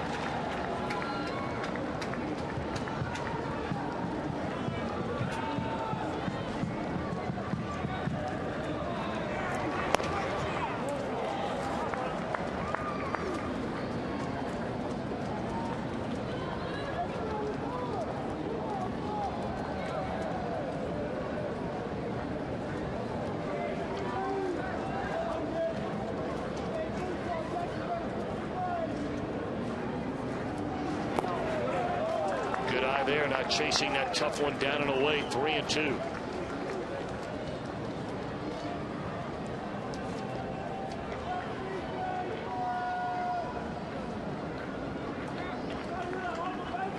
Hernandez playing his 25th game of the year at first base tonight. That is only 9 fewer games than he's caught all season. That is a foul ball. And there is no way Ramon Hernandez would have thought that he would play almost as many games through the front 62 at any position as he has behind the plate. Well, the Reds are fortunate to have him. You know, obviously they wanted to upgrade their catching from last year. They weren't sure if Ryan Hanigan could nail down the starting job, and that's why they brought Hernandez in here from Baltimore. But the fact that he plays first base in winter ball, it just happened to be maybe good fortune on the part of the Reds. I doubt very much that when Walt Jocketty decided to sign Hernandez to a deal here and get him over here in exchange for Ryan Friel, that having him play first base was actually a consideration. Maybe it was, and if so, he's brilliant. But I think more than likely it kind of fell on their lap. 3-2 on Ramon Hernandez, and again Nix will get started on the pitch. And a roller up the third base line will bring in another run. Throw in time to get Hernandez. Scoring is Phillips. On to second is Nix, and the Reds lead 3-0. It's funny what happens when you just put balls in play. Well, so often the strikeout is just the ultimate killer, and the Reds do not have a guy who will strike out a lot in Ramon Hernandez. I'll tell you that. You have to know when to hold him and know when to hit him softly. And I think that's what he did right there. Hit him softly enough to Chipper Jones that there's no way you're going to get a double play. Jay Bruce will be intentionally walked. I thought you were going to drop a Kenny Rogers on me there. No, I was halfway there, but I thought if I went too far along with the lyrics, I'd just break into the song and might ruin the whole night. Walk away. You and Don Meredith, huh? Oh, yeah. That's a big league tune. That is a good tune. You're going deep like Johnny Cash. Oh, yeah. Here's ball four to Jay Bruce.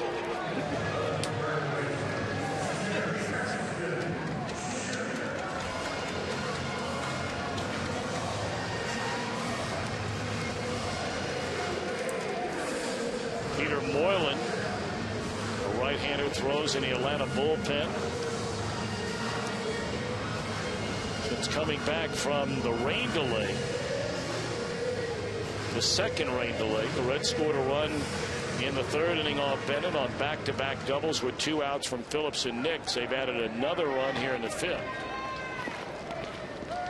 And now another chance with runners aboard for Jerry Hairston Jr. He left them loaded in the third inning by tapping out to the pitcher.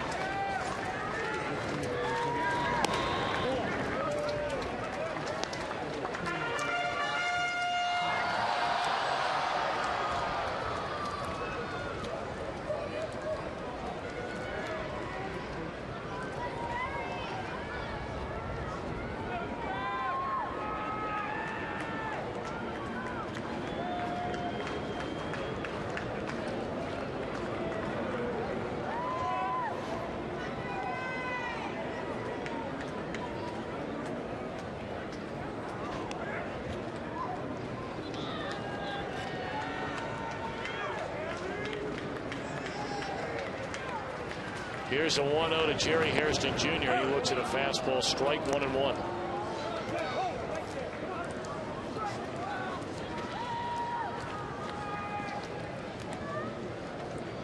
I'm going to be up till 2:30 in the morning humming that song, The Gambler.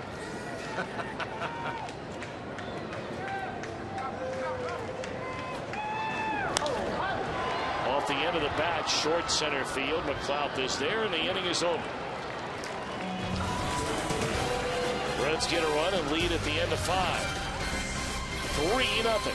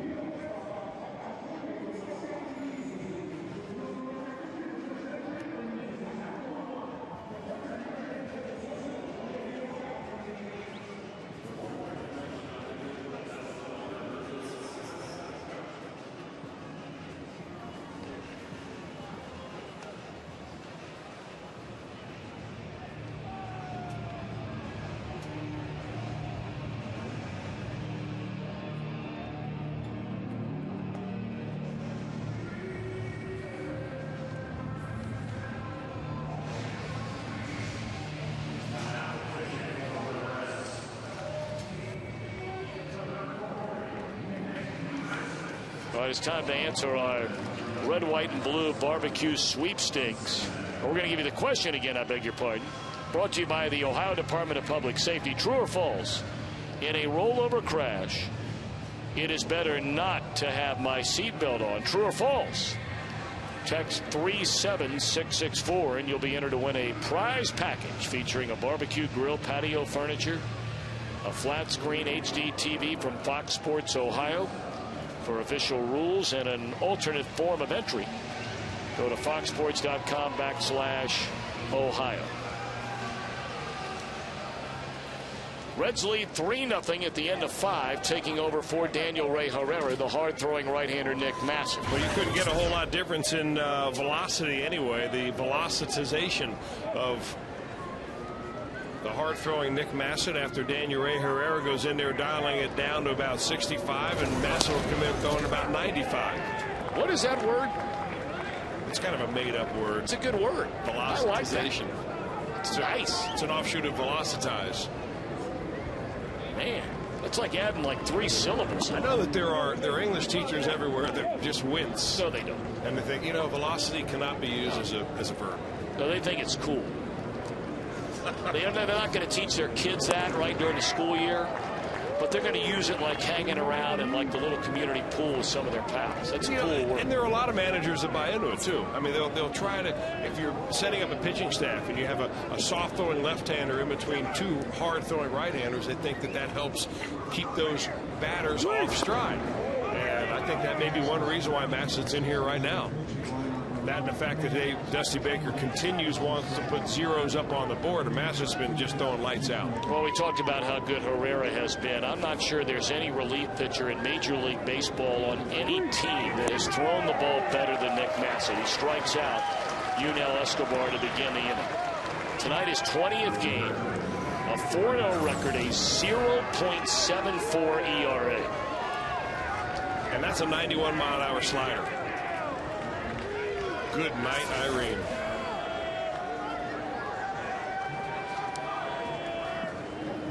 Some of you may roll your eyes when you hear a statement like that, but you look at this Reds bullpen, and they have a number of guys that are just having unbelievable years. The closer, Francisco Cordero, David Weathers, Arthur Rhodes, an ERA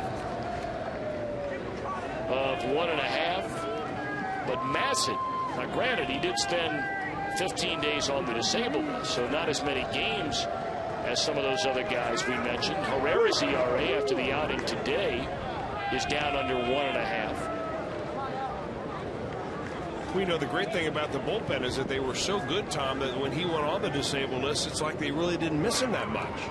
I mean, it's great to have him back because it certainly makes the pen better. But the other guys have been able to pick up the slack. And the whole reason for it is the starting rotation. If you get starters who go deeper into the games, you're only covering 2 innings normally at the end of a ball game with your bullpen, maybe 2 innings plus, and that keeps everybody strong.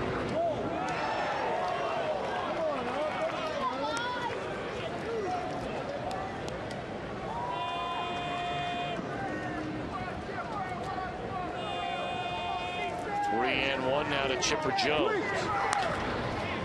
Fastball grounded off the glove into Brandon Phillips' glove side and into right field. That'll be scored, I'm sure, a base hit. Tough play for Brandon right here. We see him make his plays to this left all the time with no problem. But that ball, as you see Chipper follow through on that, he really rolled over on him, put some topspin on it, and no really telling him with a wet turf like that how high that bounce was going to come up on Phillips. That's what you were referring to before, the team earned run average in the National League. The Reds in 4th place in that in the bullpen with a 342 earned run average. Not so bad right there.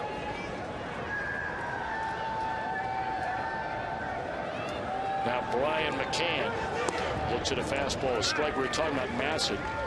Among all major league relievers, he has the 3rd lowest earned run average, and it's based on a number of appearances, innings. Not somebody who's thrown 3 games, 4 innings. Frank Francisco, the Texas closer, with an ERA of 0.4. Frankie Rodriguez, the closer of the Mets, 0.57. Then Masset at 0.74, and that one finds a hole in the right field to hit. So now all of a sudden Masset in a little bit of trouble. Back-to-back one-out singles, and the tying run will come to the plate.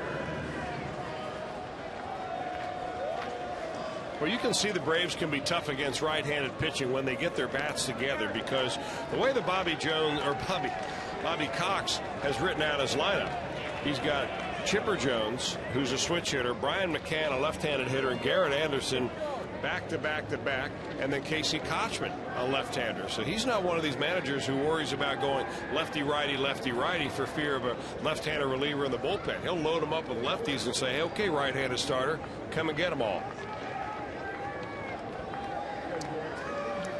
Well, now Garrett Anderson with 2 on and 1 out.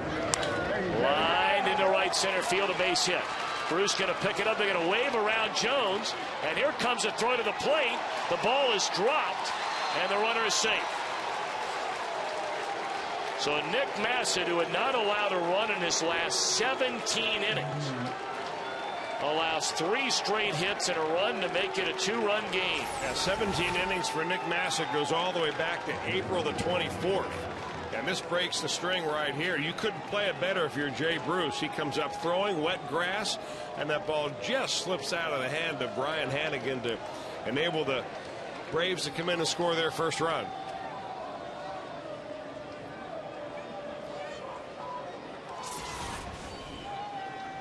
Well, you got to love the way Bruce plays aggressive defense out there. I mean, he goes, gets balls.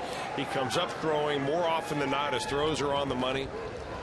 I know he's struggling at the plate, but boy, he has not allowed it to affect his defense one bit. Bruce leads all outfielders with 8 assists. Nearly had a 9th right there. Well, now Masset's got to get down to business. Struck out the first batter of the inning. Has allowed 3 straight hits. The Braves have the tying run at first, to go ahead run at the plate, and it's Casey Kochman.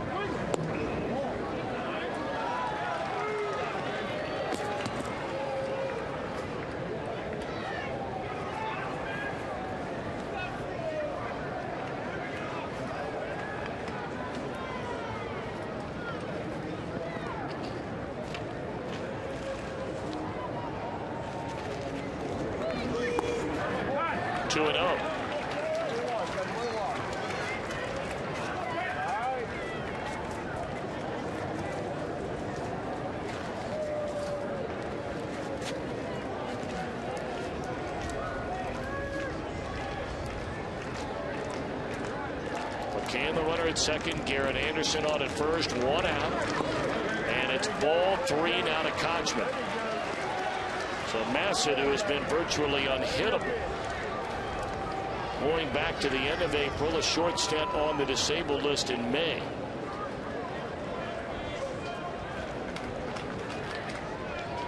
Struggling here tonight, coming on in the 6th inning.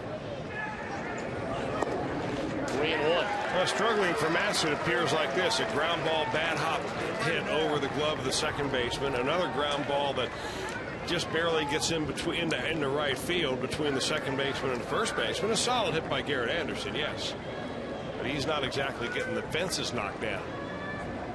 3-1 on Kochman, and they're loaded.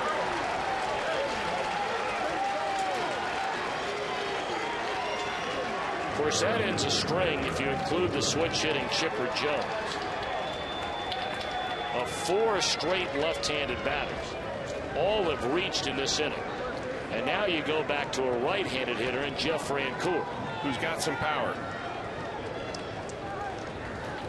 The only right-handed batter that Masset has faced in this inning, Escobar, he struck him out. 1 career grand slam for Francoeur.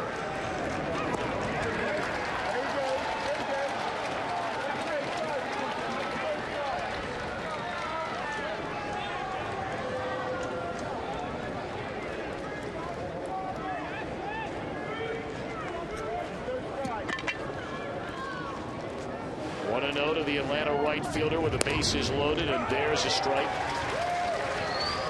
Now, not the spot where the catcher wanted it, but a strike nonetheless. Well, that's exactly the spot that Aaron Harang struck Jeff Francoeur out back in the second inning. Dotted him right on the eye on the outside corner.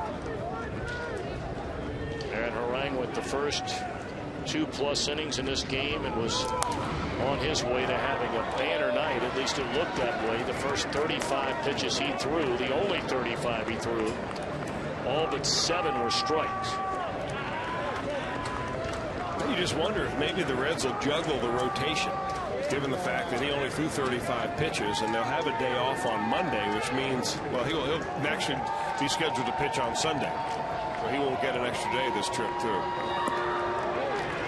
2-2 on Francoeur.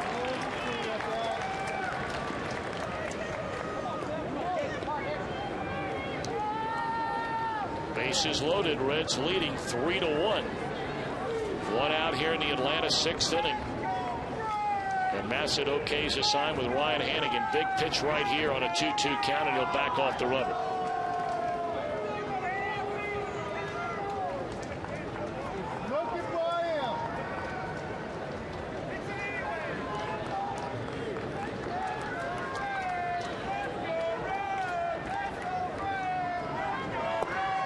Ball 3.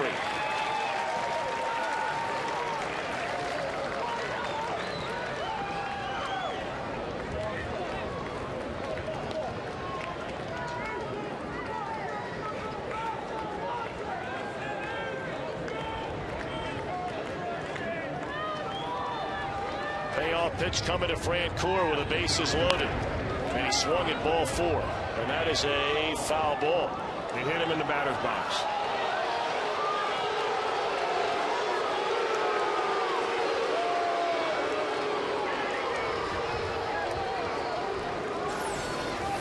The ball went all the way down the third baseman, so a lot of the crowd here didn't see that. In fact, hard to see right there, but it would be difficult for Jeff Francoeur to think of that so quickly.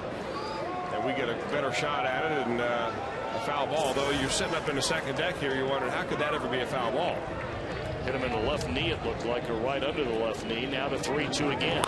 And a ground ball down to third. Hairston for 1. Throw to first. That's a double play. And a big one from Masset and the Redlegs. Atlanta scores a run. But a double play with the bases loaded keeps it a 2-run Reds lead.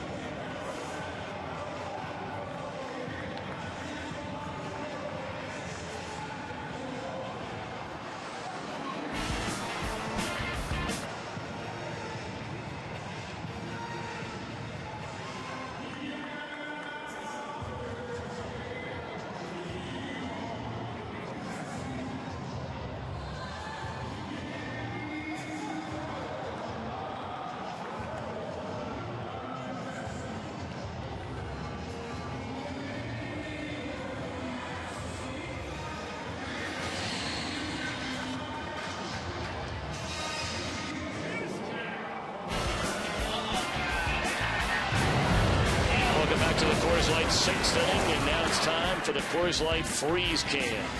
And as the grounds crew was sprinting to get the tarp off the field, down went Robin Havish. But she was able to crawl out from under there, and she's A-OK. Bless her heart. Coors Light freeze can brought to you by Frost Brewed Coors Light. Rather entertaining kiss cam in between innings here at the ballpark out on the scoreboard.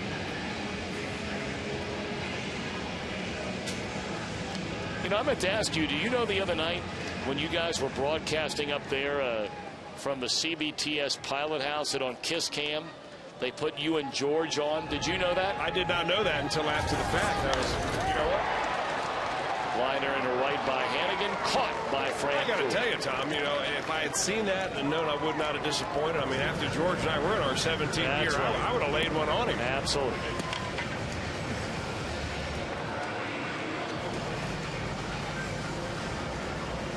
One inning for Nick Masset. He'll be taken down for a pinch hitter. Chris Dickerson will bat for him. First time since April that Masset has allowed a run. Gave up 3 hits, a walk, and a strikeout. But what a big double play that was.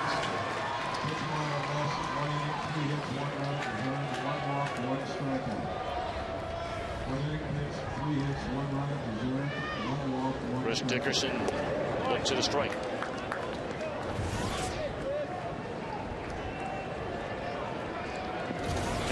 Herrera, 3 innings, 2 hits, no runs, struck out 2. Did not walk a batter in relief of Aaron Harang.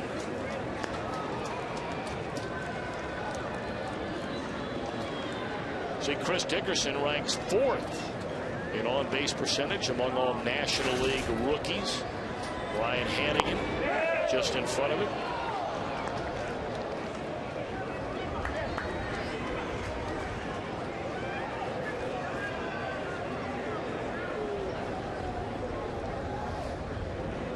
Rhodes cranks it up in the Reds bullpen. We'll see him in the 7th.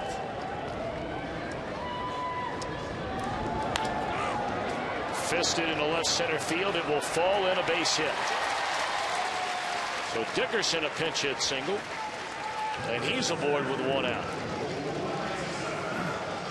Well, he got down in the count and he didn't like the call on the second pitch, but he makes the best of it right here. Breaking ball that really didn't do a whole lot for Jeff Bennett.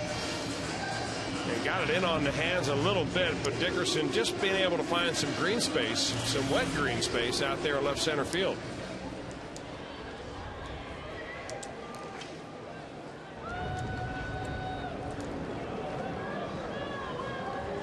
Now Willie Taveras, 1 for 3, a single, stolen a base, scored a run.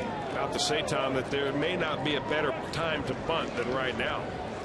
First of all, you got the first baseman holding the runner at first, so he can't charge as early as he would like to. And you got a wet grass, you got the ball that's going to be wet when the infielder picks it up. Footing down the first baseline, not normally as fast as for Willie as it would normally be, but still, take your shot here. And get that runner over into scoring position anyway. Taveras with a single in the first inning, snapped a 0 for 32 skid. And since that base hit has bounced to short and grounded into a double play.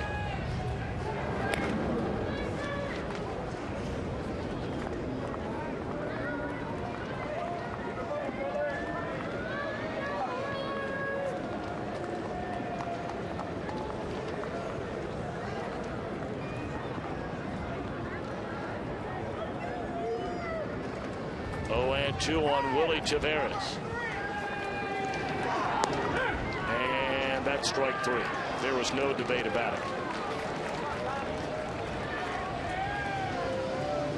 And Willie Taveras is on his way back to the dugout before Ed Rappuano got a chance to even call it a strike.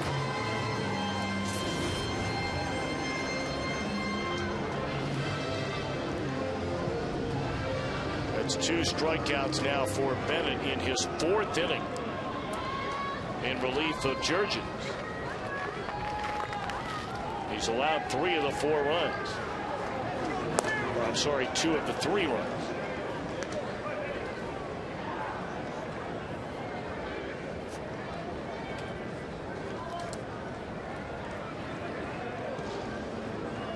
Alex Gonzalez twice has flied to right. He's also struck out 0 for 3.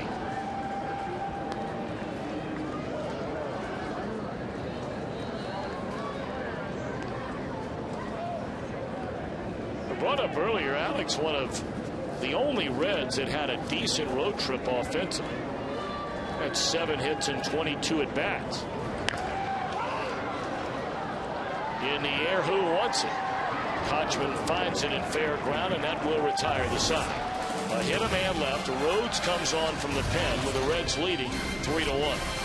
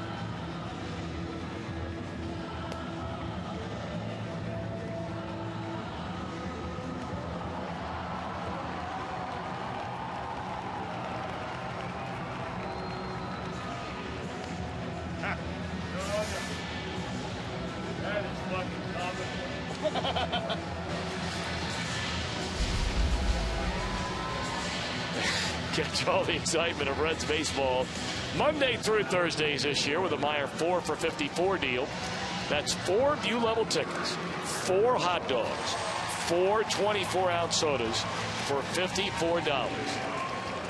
That is great Reds baseball, great value, great fun. Get your tickets at Meyer stores or call 381-REDS or log on to Reds.com. That is quite a deal. Family of 4, come down here and get hot dogs, something to drink, and good seats and good baseball. 2 rain delays so far tonight. The first one an hour and 54 minutes. The next one 21 minutes. Brandon Phillips, a perfect night. A couple of doubles, a single, has scored a couple of runs. Lance Nix has knocked in 2, and the Reds will now hand the ball to their 4th pitcher of the game, left-hander Arthur Rhodes. And Dusty Baker really handling this long coverage by his bullpen, kind of like a spring training game, an early spring training game where each pitcher will come in and just throw 1 inning at a time, although Herrera went more than 1. Masset went 1. He's going to turn it over to Arthur Rhodes for this one and hopefully get through the 7th inning unblemished. I think if he had his choice, he probably would like to have run Arthur Rhodes out there with the bulk of the left-handers coming up. It's just that Nick Masset ran into some problems that made him pitch for a lot more hitters in that 6th inning than Dusty thought he would. Rhodes, another guy in that Reds bullpen who has been so rock solid this year. 1-1 to Kelly Johnson. We talked about the Reds bullpen.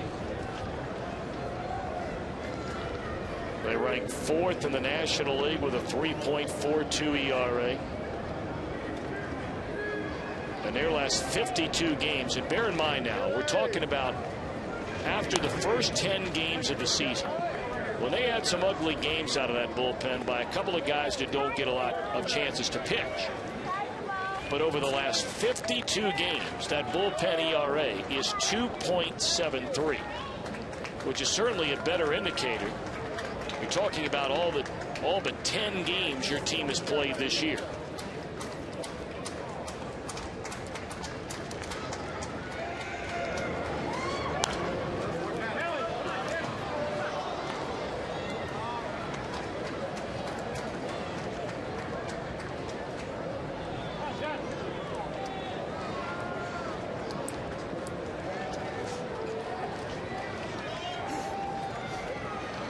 Diaz has moved into the on-deck circle, the right-handed batter, and then you have the left-hander Nate McLeod due up 3rd in the inning. It's a key batter here with a 2-run lead, retiring the left-handed batting Johnson. Short left field, Nix is there, and Johnson is indeed retired.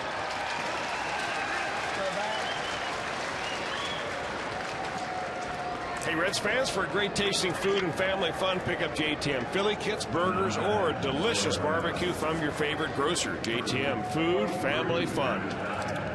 Well, you know, the immediate question that has to be asked, with all of the pull that you have with our good friends from JTM, I mean, you're right about the 8th inning tonight. Yeah.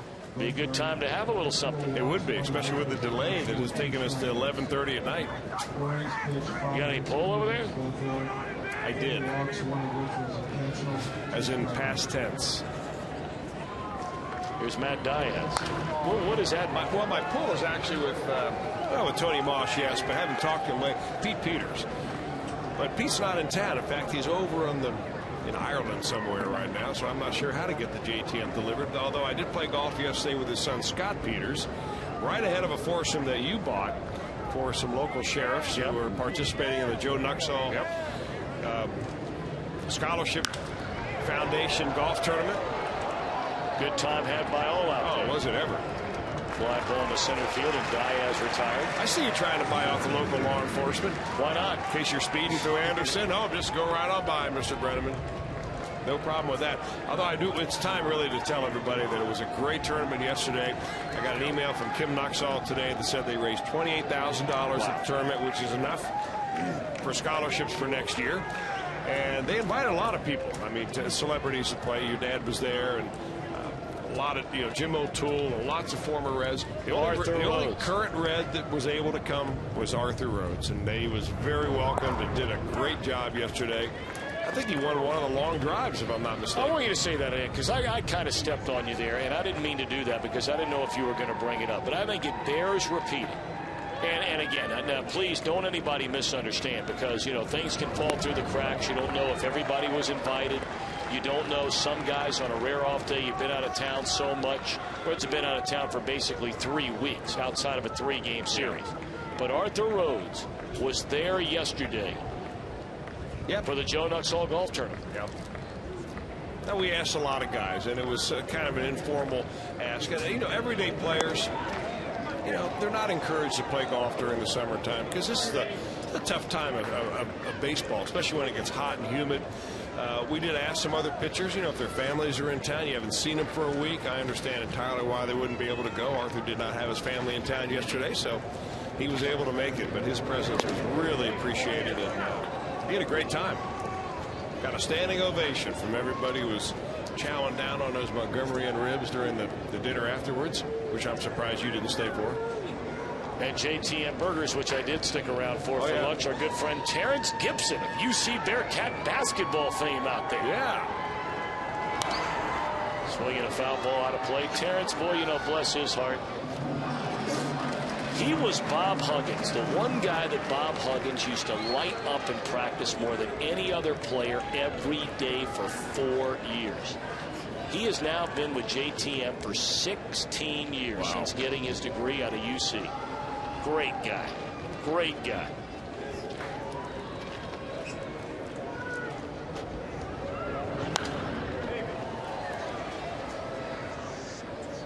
Here's a nice player for UC, too. 6-man on some real good teams. But for whatever reason, Hugs loved him more than any player on the team, but used to wear him out. He probably knew that he could take it. Yep, you're right. Yeah. 2-2 pitch. And that's into center field, just getting under the glove of Rhodes. So now the tying run will come to the plate with 2 away here in the 7th inning. Right through the wickets. This one's kind of reached at by McLeod, and it just gets right through the legs of Arthur Rhodes and works its way into right field. Now, keep in mind that Nate McLeod has got 9 stolen bases, has yet to be thrown out this season as a stolen base candidate, and you wonder if the track is so wet that he may not try it right here.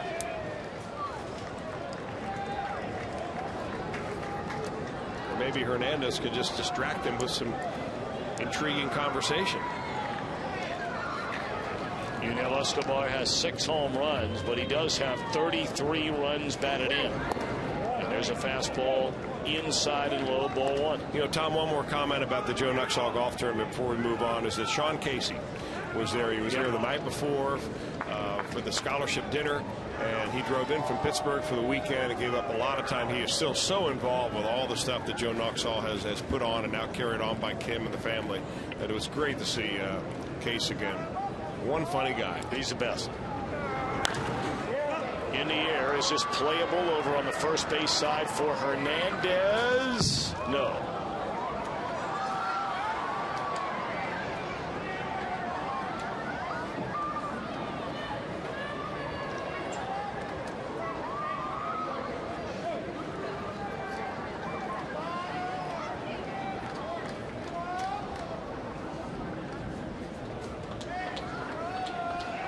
Sean was asked by the Major League Baseball Network to broadcast the game here on Saturday night, the civil rights game.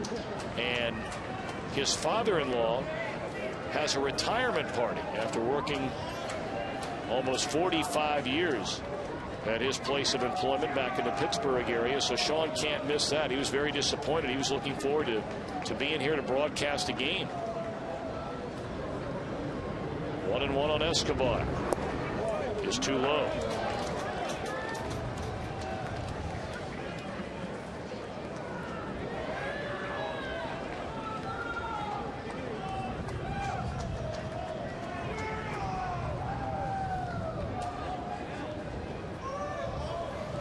Escobar, the tying run to the plate.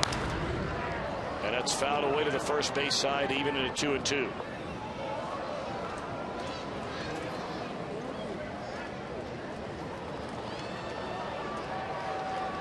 The Reds are trying to grind out a win.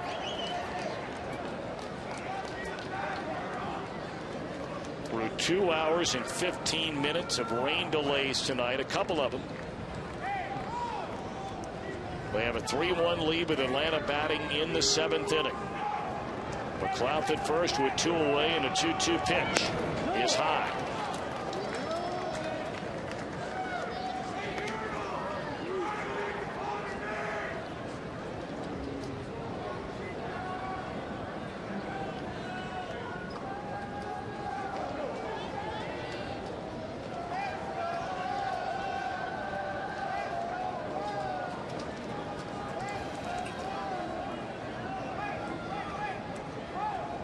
McLeod will get started over at first base, and here comes a 3-2 on Escobar. A bullet.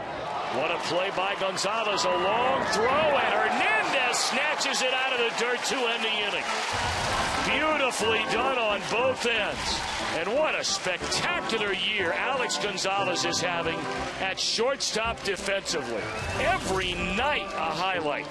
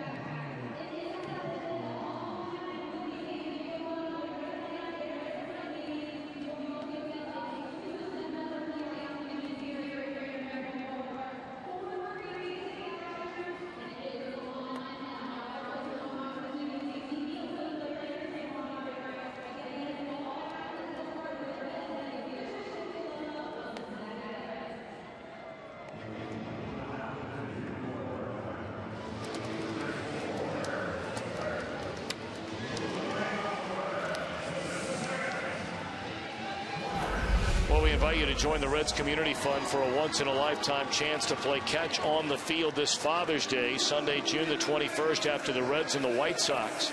A limited number of spaces are still available. Get your tickets now by calling 513-765-7234 or go to reds.com/catch. And again, there are a few spots remaining, and all the proceeds benefit the Reds Community Fund. What a great Father's Day gift that would be.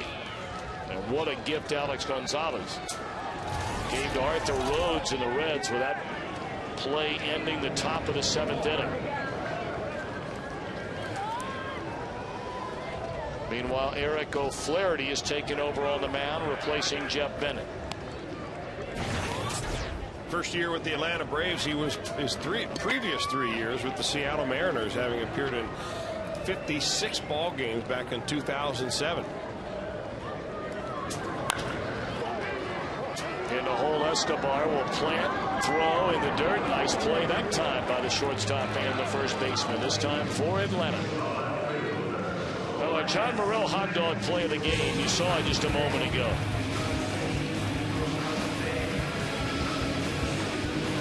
It is extraordinary watching Alex Gonzalez, who, after getting injured back in September of 2007, did not play an inning for the Reds last year. You wondered, would he be able to come back this year? Well, with him back at shortstop and healthy again, it reminds you of how great a defensive player he truly is. Now, he really is. I mean, we really haven't seen him the way I think we expected to see him over the last couple of years, Tom, with the things that have happened. His loss of him the entire year last year with a broken knee.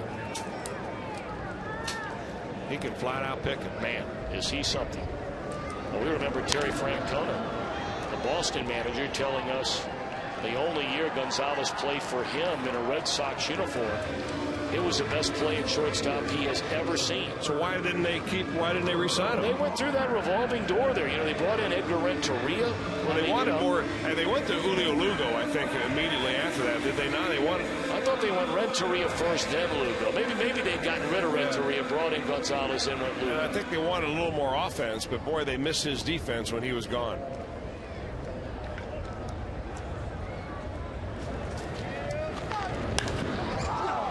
Fly ball by Ramon Hernandez into center field. It'll be a 1-2-3-7 for O'Flaherty. So we figure to see David Weathers on the mound in the 8th, trying to protect a 3-1 lead.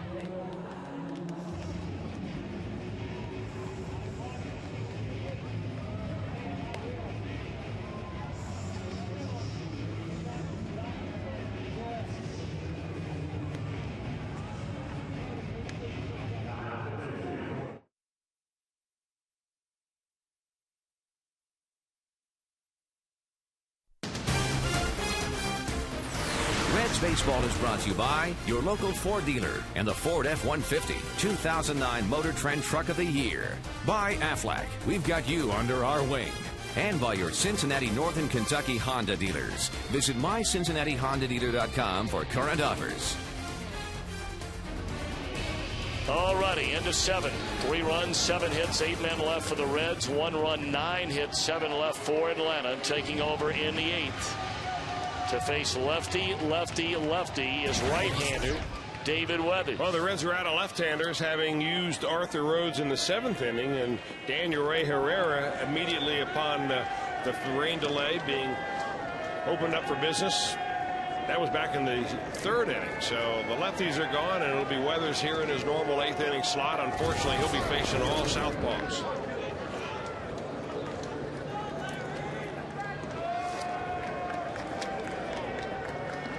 Very good numbers for Chipper Jones against David Weathers.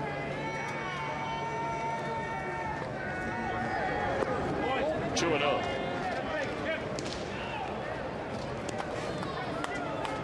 Now, if you're wondering, to be fair, left-handed batters this season against David Weathers are hitting 130. 130. 3 hits and 23 at-bats. The lefties are only hitting 216 against him. Shot into left field and nearly a running catch made by Nix. Instead, it's a double for Chipper Jones. And now the tying run will come to the plate here in the 8th inning with nobody out. All right, time to answer our red, white, and blue barbecue giveaway driver safety question of the night, brought to you by the Ohio Department of Public Safety. True or false, in a rollover crash, is it better not to have my seatbelt on? The answer is, of course, false. Seatbelts prevent ejection. You are 4 times more likely to be killed outside your car than if you remain inside the car. Join us again tomorrow for another chance to win the red, white, and blue barbecue prize package from Fox Sports Ohio. Fly ball left field by Brian McCann.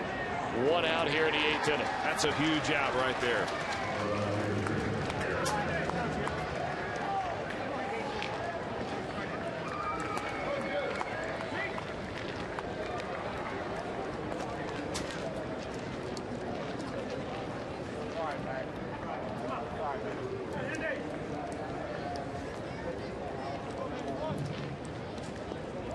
If there is one area, and it might only be one area, although you can make a strong argument there's a secondary, but if there is one area where the Reds right now, with 100 games left to go in the season, as there's a weak fly ball by Garrett Anderson for the 2nd out in the 8th inning.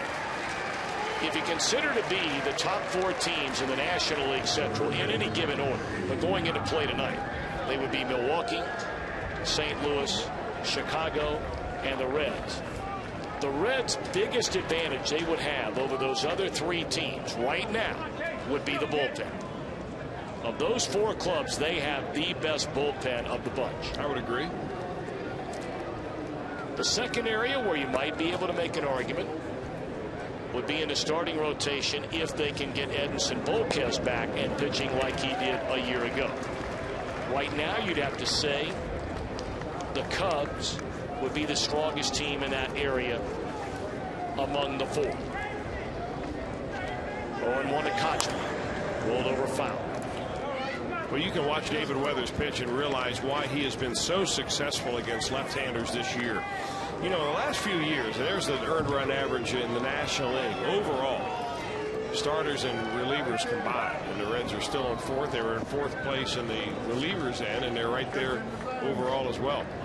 But he's got that 2-seam fastball really working away from left-handed hitters, and he can also dot the inside corner with it. Usually does that with 2 strikes, and he's going to go out and have a little talking to with Ryan Hannigan.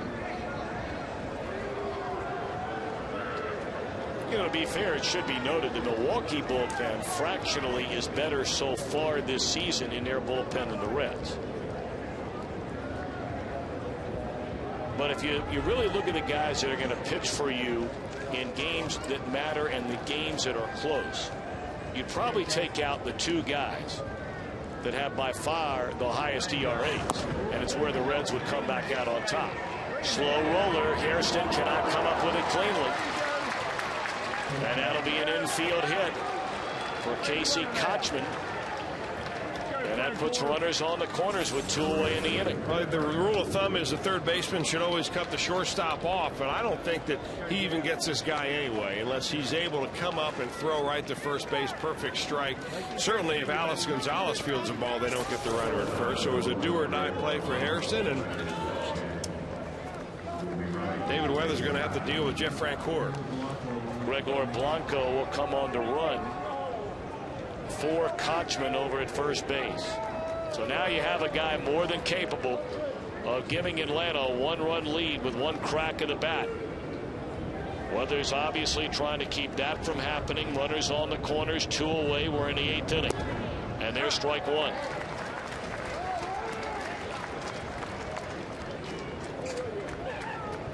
Francoeur came up with the bases loaded in the 6th inning.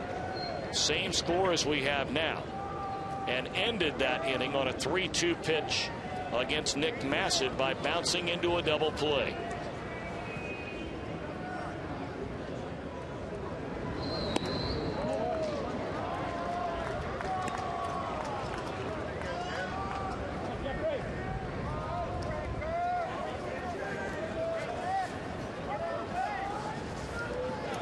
Francoeur, even through his struggles of a season ago, has been a very good hitter, driving in runs with 2 outs. 1-2. You go back to the start of the 06 season when he first came to the big leagues. Only 10 players in all of Major League Baseball have knocked in more runs with 2 men out than Jeff Francoeur.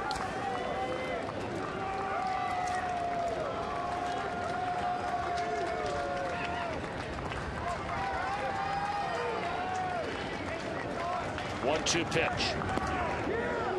Low and away to even a count. You know, that makes a lot of sense, Tom, because, you know, when Jeff Francoeur first broke in on the scene, he was almost impossible to walk. In fact, he went, I don't know how many of his first months of his career without even taking a base on balls. But with runners on base, pitchers oftentimes have to throw strikes. I mean, you're not going to walk the bases loaded, are you? So he's much better when you throw him strikes than when you throw him pitches outside the zone. A little roller in a short right field. Phillips able to slide and pick it up, but it's an infield hit and an RBI for Francoeur. And Weathers got to be wondering who he angered, because the last 2 base hits have not traveled a combined 150 feet.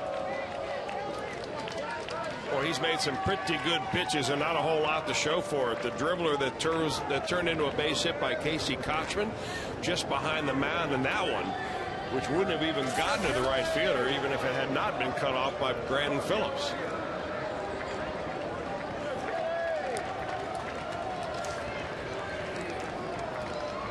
So now the tying run is in scoring position out at second base in Blanco. The lead run is Francoeur at first. And a pitch to Johnson gets away from Hannigan, and both runners will advance.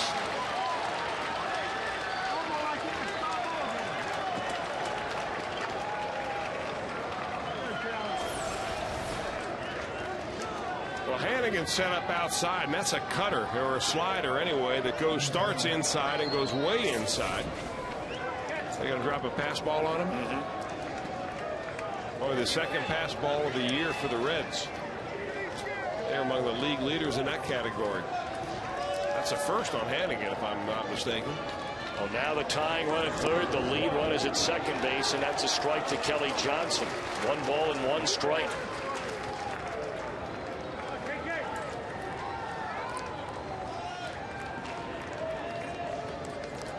Reds lead is now a single run.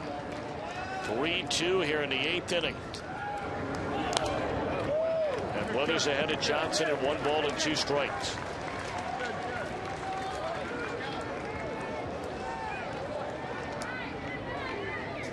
Both of these clubs coming in on losing streaks. Atlanta had lost 2 in a row. The Reds 4.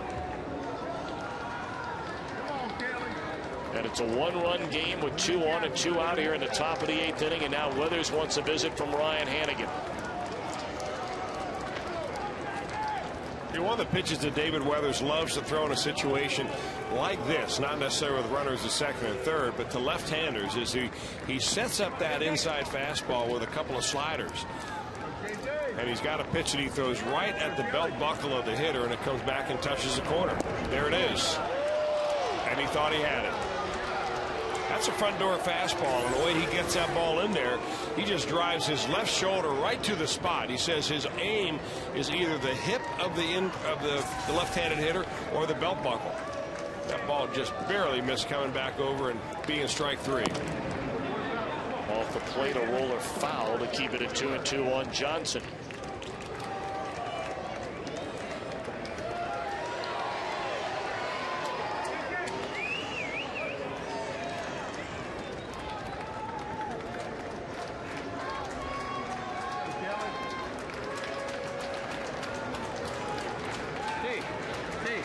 Blanco, the runner at third. Francoeur at second. 2 outs. And now the 2-2 pitch. Pulled to Hernandez. Bobbles, recovers, inning over. The Braves get a run. They strand 2. Reds bat in the bottom of the 8th, leading by a run.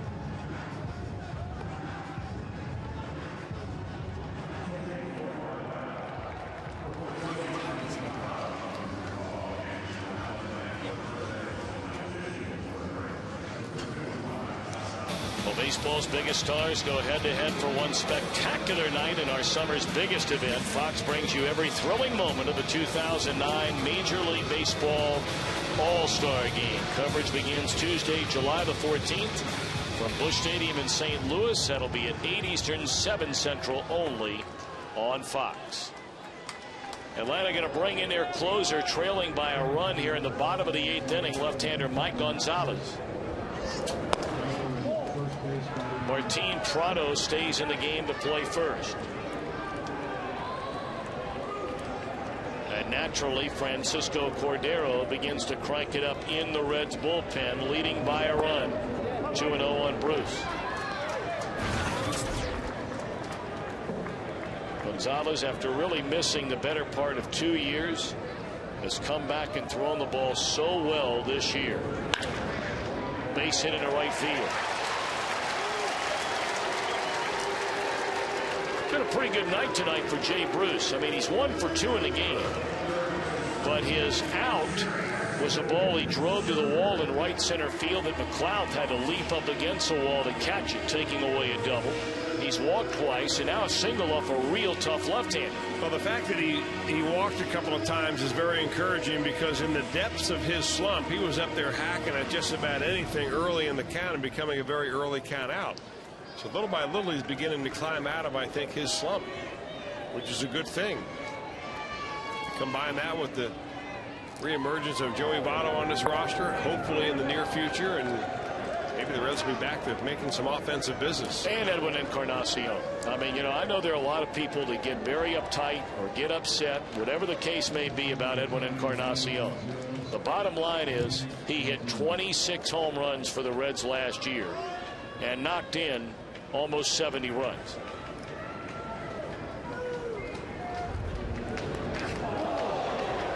That hit Hairston on the hand. Yes, it did. He will take first base. May have gotten him on the forearm. Boy, coming from Mike Gonzalez, that had to really hurt.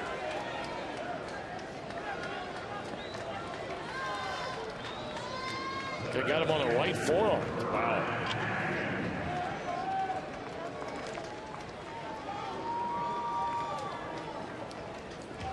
Well, that being his throwing arm, of course, we don't know what the extent of the damage is right now, other than the fact is barking and barking hard.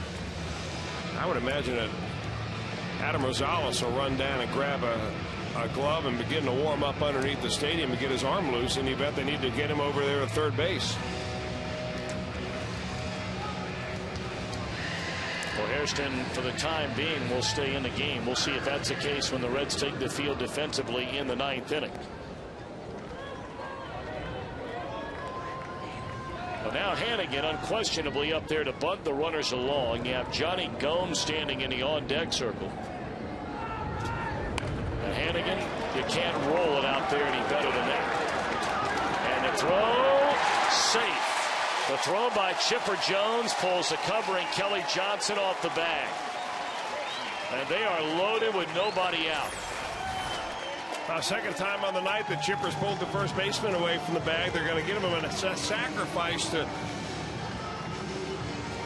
Hannigan right here, and an error on Chipper Jones. But boy, you talking about busting it down the line. You've got to just love the way this kid plays the game. Yeah, it looked like Mike Gonzalez sort of hung Jones out to dry on that play. The ball just kept rolling and rolling, and Gonzalez was standing right there. And finally, Jones realized somebody better pick it up or we're not going to get the guy at first base. I'm not sure what kind of defensive play the Braves had on right there, but normally you'd think a left-hander falls off towards third base could get to that ball down the line much better. But it was a great bunt by Hannigan either way. So they are loaded with nobody out. The Reds need minimum 2 here in this inning. 2 fly balls will do the trick. And that ball was in McCann's mitt before Gomes finished his swing. As a get loose swing.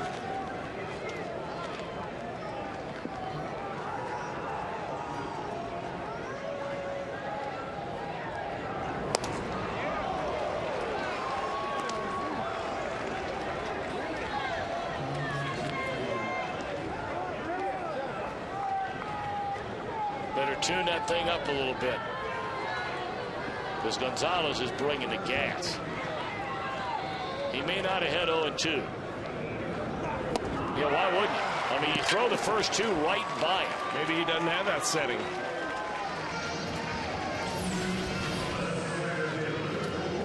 I mean, this is good morning, good afternoon, and good night in rapid fire fashion.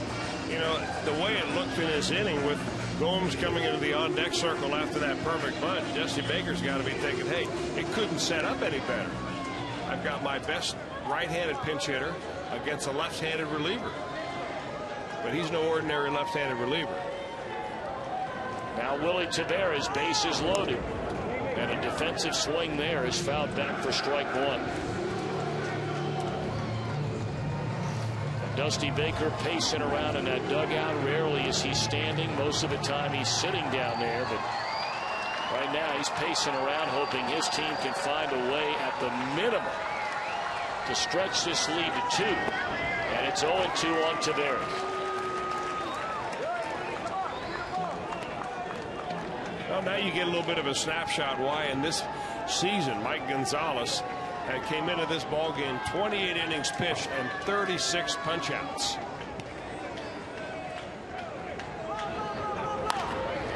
Bouncer back up the middle, cut off, and Johnson has to throw to first and makes a nice play to get the out there, but well done by Taveras.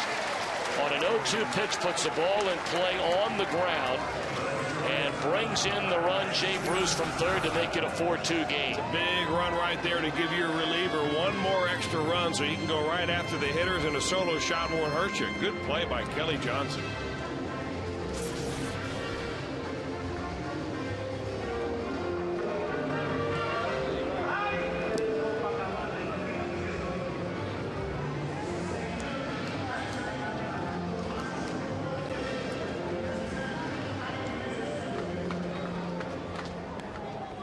Alex Gonzalez 0 for 4 in the game. Has twice fly to right, struck out, and popped to first.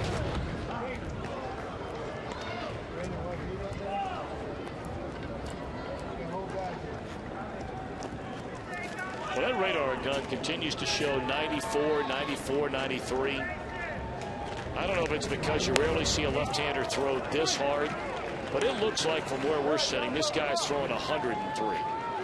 I think in the batter's box is probably 143.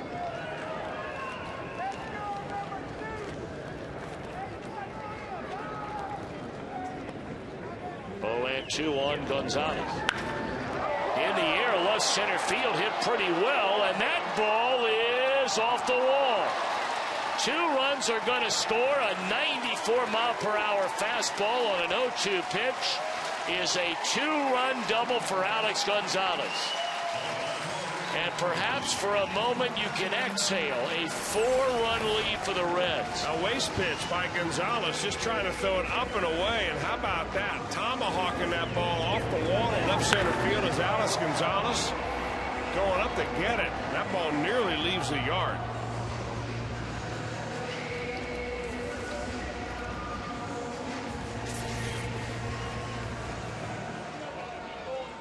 Well, those are 2 big runs. 3 big ones in this inning. You asked for 2, they gave you 3. Going to intentionally walk Brandon Phillips and pitch to left-handed batting Lance Nix.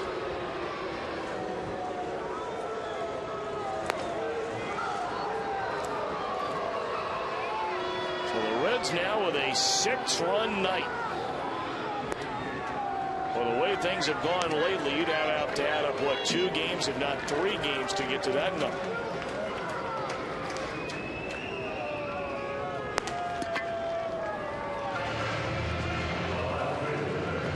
Phillips aboard for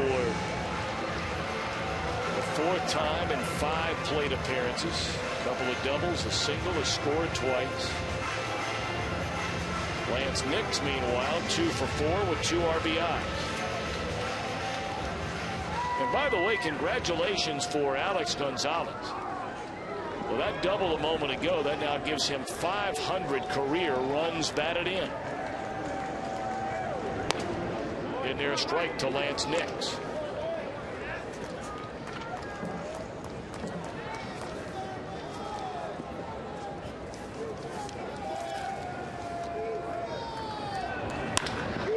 That ball blistered by Nix off the wall in right field. That'll be his 3rd RBI tonight. He's in sliding with a double. A 4-run 8th inning against Gonzalez. 2 doubles, a single, and 3 knocked in for Lance Nix. Well, that's got to feel good for Lance Nix to come up there against a very tough left-hander and lay it out like he did. He's a good fastball hitter, Nix is, and boy, he has hit the ball hard tonight a couple of times. Boy, and how prophetic it's turned out to be. Standing around a batting cage, Chris, you and I were down there, and Eric Davis was down there, and Lance Nix stepped in to take batting practice. He said, you know what, now here's a guy that if I were a fan, I'd come to watch take batting practice. And we're like, well, what do you mean? He said, this guy, he's coming to work every day. He said, the results may not be there every night. He said, but when you watch this guy step in the cage to take batting practice, you know he is here to go to work. And by the time he takes batting practice, when the Reds normally take it, I think the pitcher starts somewhere around 4 o'clock, 4:20, something like that. So he doesn't get in the cage until about 5. He's already been here for 3 or 4 hours. I got here early this afternoon. He was out in the outfield running, doing his exercises, his stamina work. Then he goes in, rests, gets a little bite to eat, and comes out for batting practice. It's a full day at the office for a guy like Lance Nix. 1-2 on Hernandez. Got out of play.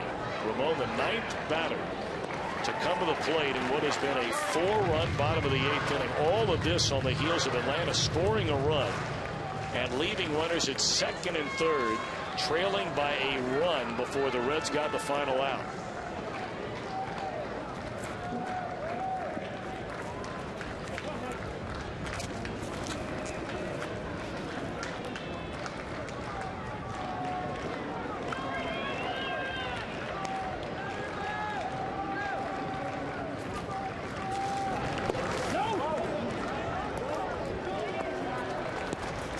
Two and two on Hernandez.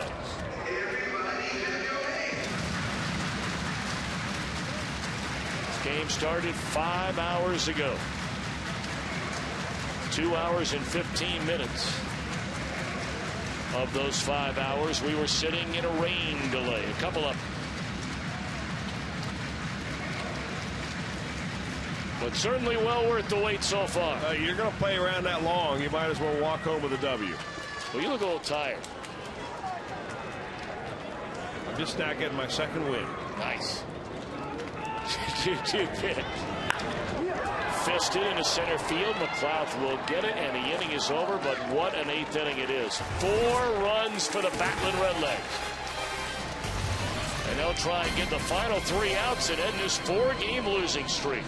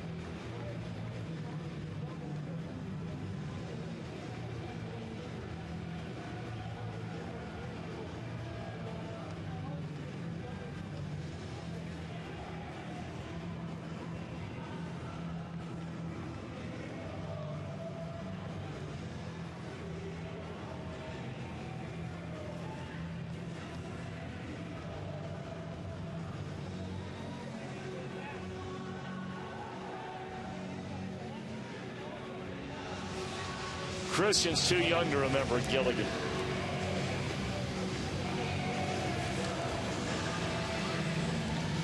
Tonight's Mega Million jackpot up to $46 million. Buy a ticket today. Well, after a 4-run bottom of the 8th inning, the Reds will take the field defensively with a 5-run lead. Paul Yanish will replace Jerry Hairston down at third base. Of course, Hairston got hit on the throwing right forearm on a pitch in that 8th inning by Mike Gonzalez.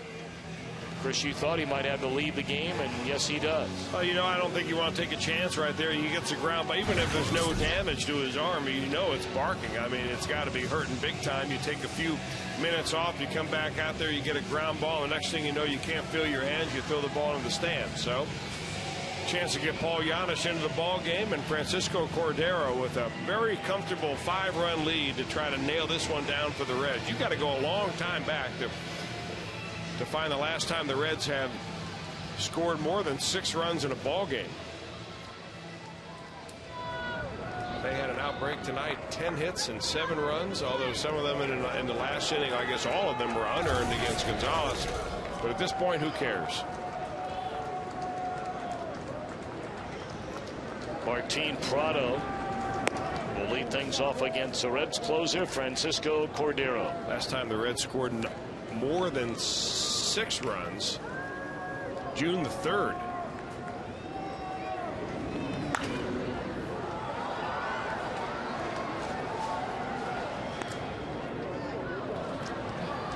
Well, the Reds had Cordero up already. he comes into the game June the 3rd. That is a long time.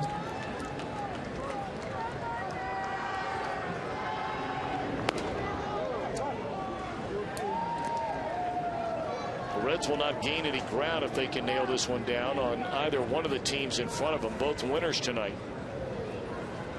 Milwaukee beating Cleveland, Chicago hammering Detroit.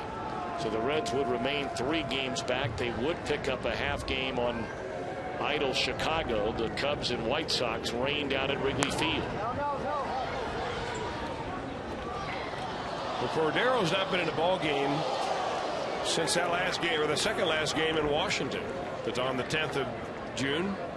That was that ball game where he came in right before the rain struck. He needed 3 outs to get the Reds out of there with a 2-0 win. That was an Aaron Harang game, and unfortunately the Reds, he gave up a couple of runs, and that went into a very, very long night.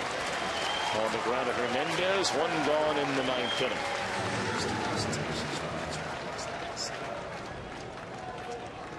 By the way, the 2 teams behind the Reds in the Central Division, both losers tonight as well, Houston and the Pirates.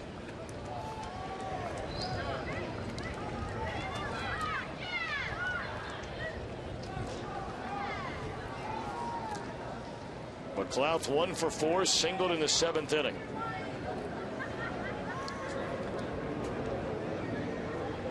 Well, pretty safe to assume that Daniel Ray Herrera, don't you think, would get the win tonight, pitching 3 innings out of the Reds bullpen? Well, in a situation like this, when there's no clear-cut winner, it's up to the official scorer to award a pitcher on the winning team who he feels is most deserving. And I would imagine Herrera's your guy. Yeah, pitch 3 innings. Nobody else will pitch more than 1 inning.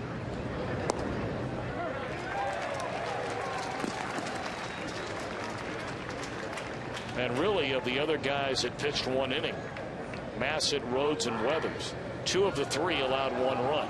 Rhodes, the only one of that group unscathed. 1-2 to McLeod.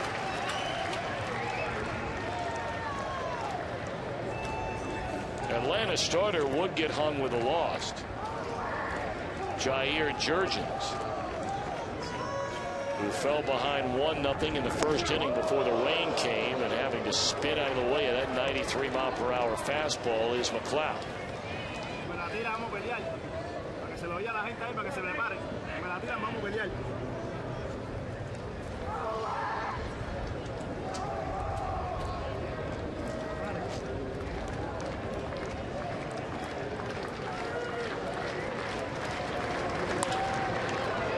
In the air to Jay Bruce, and he's got it.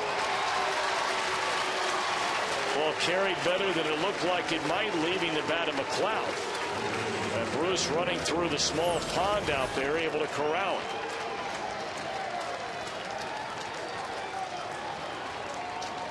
Nice catch by Jay Bruce right there. In fact, it was Nate McLeod that robbed him of a base hit in the first time that Bruce got to the plate back in the first inning. Hard hit line drive, and Jay Bruce just trying to return the favor. So many of the fans who have stayed around for 5 hours and 10 minutes worth of baseball, at least from the time this game started back at 10 after 7, will now stand and anticipate the game's final out, and sending most of the folks here home very pleased with the outcome.